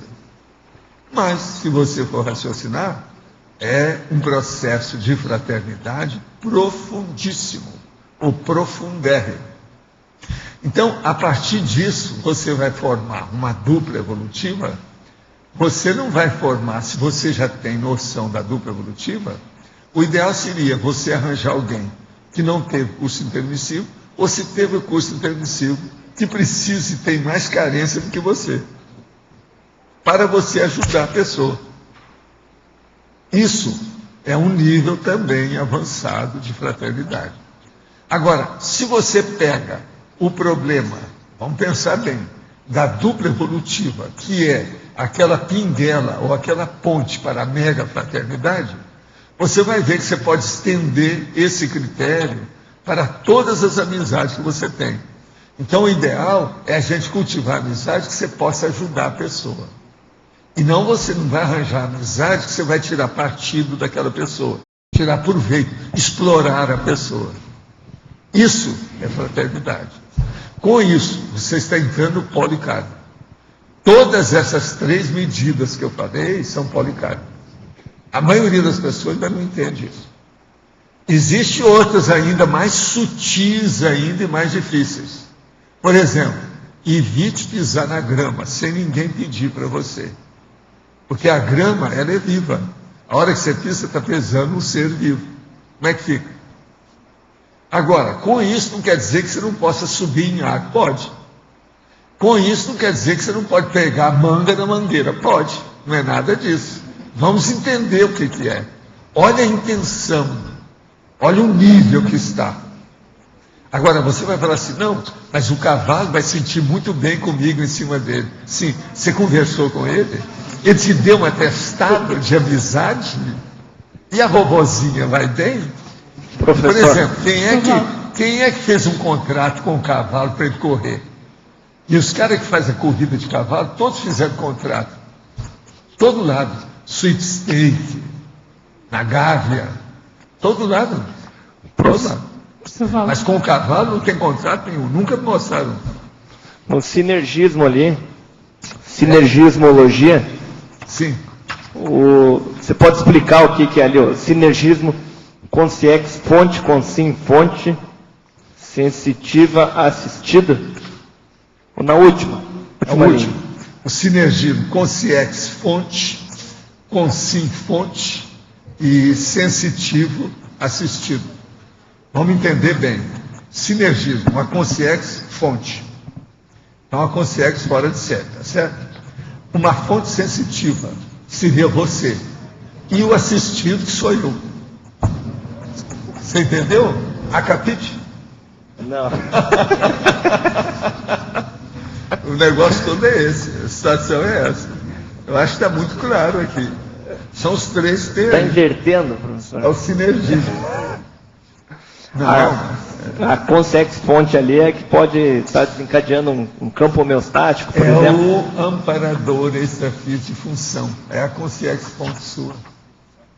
Ela é ponte com o seu evoluciólogo, com o assistido, com o serenão. Às vezes pode ser até com uma consciex livre. Ela é ponte para você. Ponte que eu estou falando é intérprete. Entende? Intérprete, acho que você vai entender bem também. Aí tem vários nomes. É o Cicerone, ou Cicerone. Tá certo? Cicerone. Ele é o condutor seu. Tem vários nomes.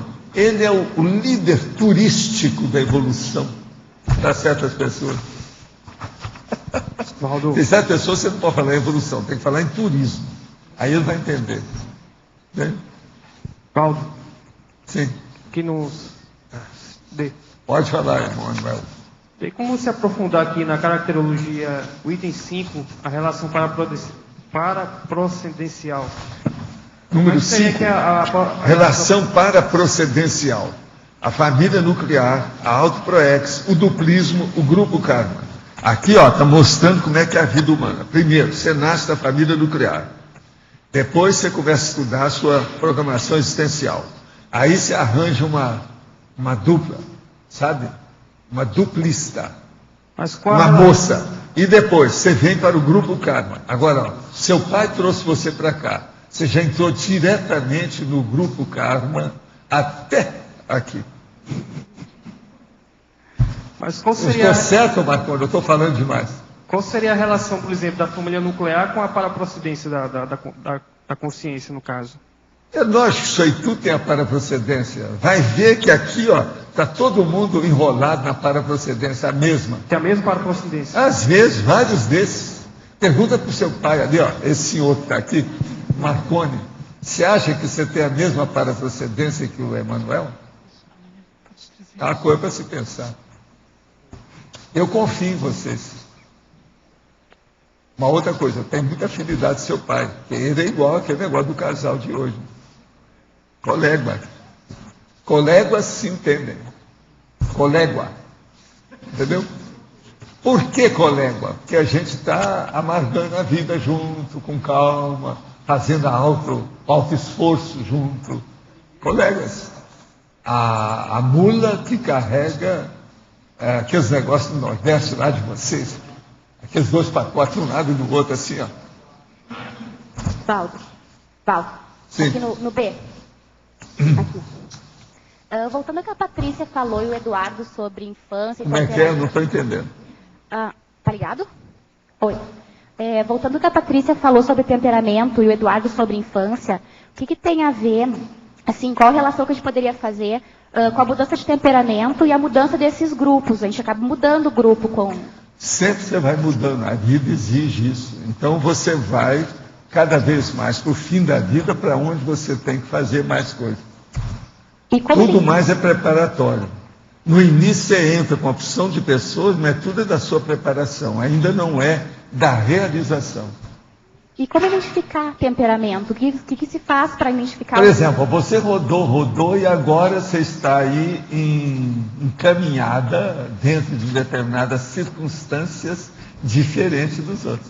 Sim. Você entendeu? Olha a oportunidade, é isso aí. O chapa aí também, a mesma coisa.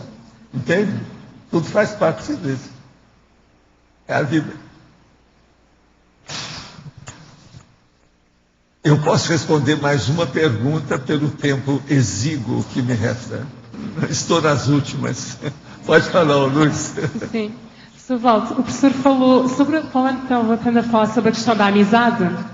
Como é que amizade. A amizade que o Eduardo falou. Amizade. O que tem amizade? Sim. Fala um pouco mais sobre essa questão de quando a pessoa sai de um trabalho, muda de trabalho ou muda de cidade ou de país, para deixar tudo calçado, tudo ok. Fala um pouco mais sobre isso. A primeira coisa é o seguinte, se você vai para outro país, você não pode deixar desfalcado a sua vida anterior. Sim. Isso é desfalcado. Você sabe o que é desfalcado que eu falo, sabe? Então tem que sustentar esse processo. Não pode deixar aquele buraco na hora que você sair. Sim. Então prepare as pessoas para atender as funções que você exerce até hoje. Coloca a pessoa no lugar para fazer aquilo, para ninguém sentir sua falta. Você vai sair, não vai abalar nada do contexto. O holopensênio não vai ficar abalado com a sua saída. Você saiu, eles vão te abençoar. Então com isso, você já vai com boas energias. Agora, se você sai e está todo mundo reclamando e deixou cada furo desse tamanho, é só energia negativa em cima de você. O negócio é negativo. Já vai torrar o seu próximo holopensênio, o novo. Mas falando a nível de karma de um país, o professor já falou aqui da questão da Europa e tudo mais. Como é que nós saímos? Um país é muito grande, não é? Mas a hora que você vai para o novo, isso não tem problema nenhum. O problema é você deixar o antigo.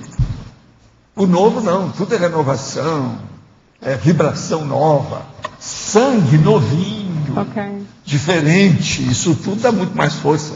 Então, o novo peixe é muito melhor. Só mais uma questão. Sobre isso de deixar as pessoas tudo de bem connosco. O que é que acha das festas de despedida? Não, às vezes é bom que venha, mas você não pode forçar a barra.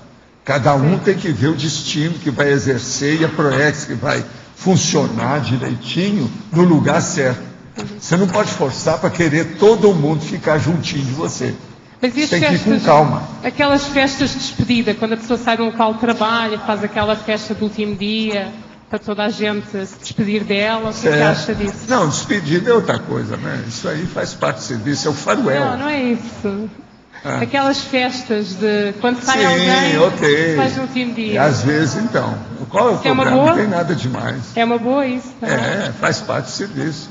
É do jeito que tem a despedida de solteiro, de solteira, etc. Os nossos comerciais, por favor. Obrigado. As pontuações de hoje, 125 assinaturas no livro de presença, 18 perguntas presenciais, 18 perguntas online, 44 votos presenciais e 10 votos online. Hoje teremos os recados da Patrícia sobre a 4ª qualificação das equipes de ECP2, o Marcelo sobre o curso PAI e o Leandro sobre os DVDs. Antes com vocês, o Amigos da Enciclopédia com o Eduardo. Pessoal, boa tarde a todos. Ainda dentro da série aqui dos agradecimentos, nós gostaríamos de agradecer os amigos da Enciclopédia pelo ano de 2010, todo o apoio, o suporte.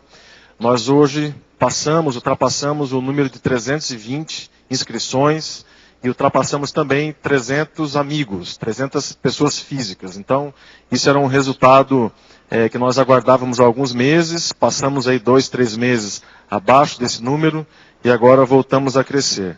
E nós também gostaríamos de deixar um agradecimento especial a estas empresas que têm patrocinado a tertúlia.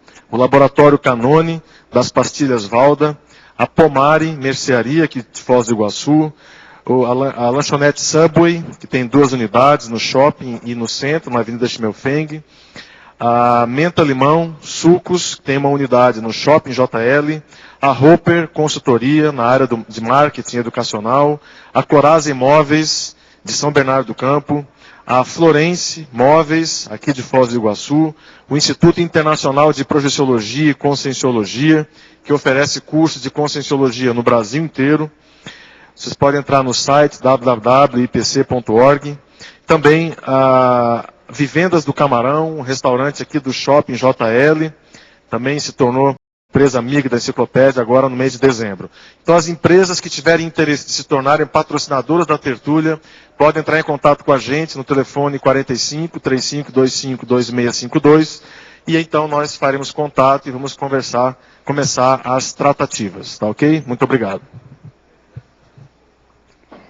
Boa tarde a todos. Eu estou aqui para falar da 4ª qualificação das equipes de ECP2.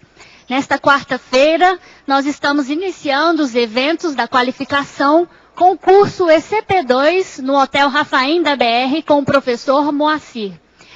Sábado e domingo nós estaremos com as dinâmicas da qualificação no discernimento. Esse é um evento de capacitação, então estão convidadas as equipes que trabalham com o ECP2, os consciencioterapeutas, os EPICONs e os monitores de dinâmica. Nós estaremos hoje à tarde no IIPC, na sede, fazendo as inscrições online daqueles que tiverem interesse. O telefone é 2102 1448. 2102 1448. Obrigada. Boa tarde.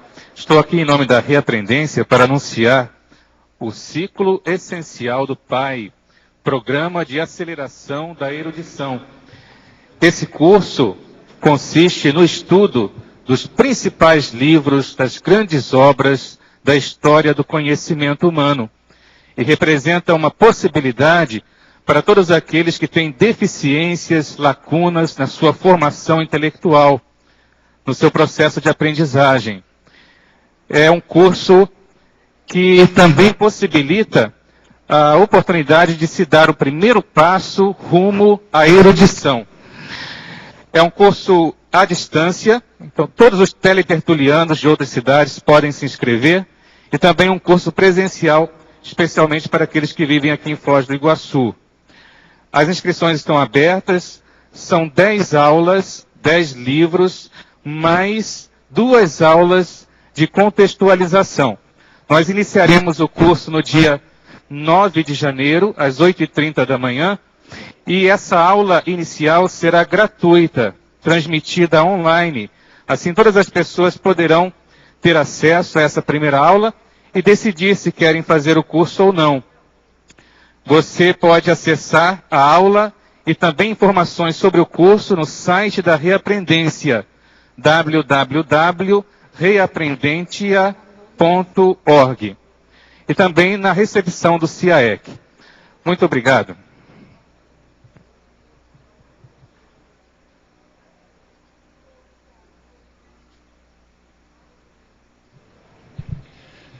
Pessoal, queria lembrar para vocês mais uma vez da primeira edição dos DVDs das tertúlias. Tá? É o mês de maio de 2009, contendo arquivos que nunca foram disponibilizados na internet antes.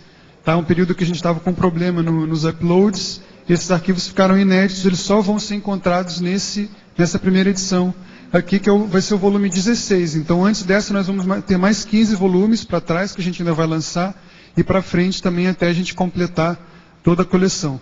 R$20 para amigos da enciclopédia, R$25 o valor comum, disponível na Epígrafe, aqui no CIAEC. Obrigado. Para amanhã foi eleito o verbete Plenitude Convivencial. com 26 votos, a especialidade Conviviologia. Obrigado a todos pela presença e até amanhã.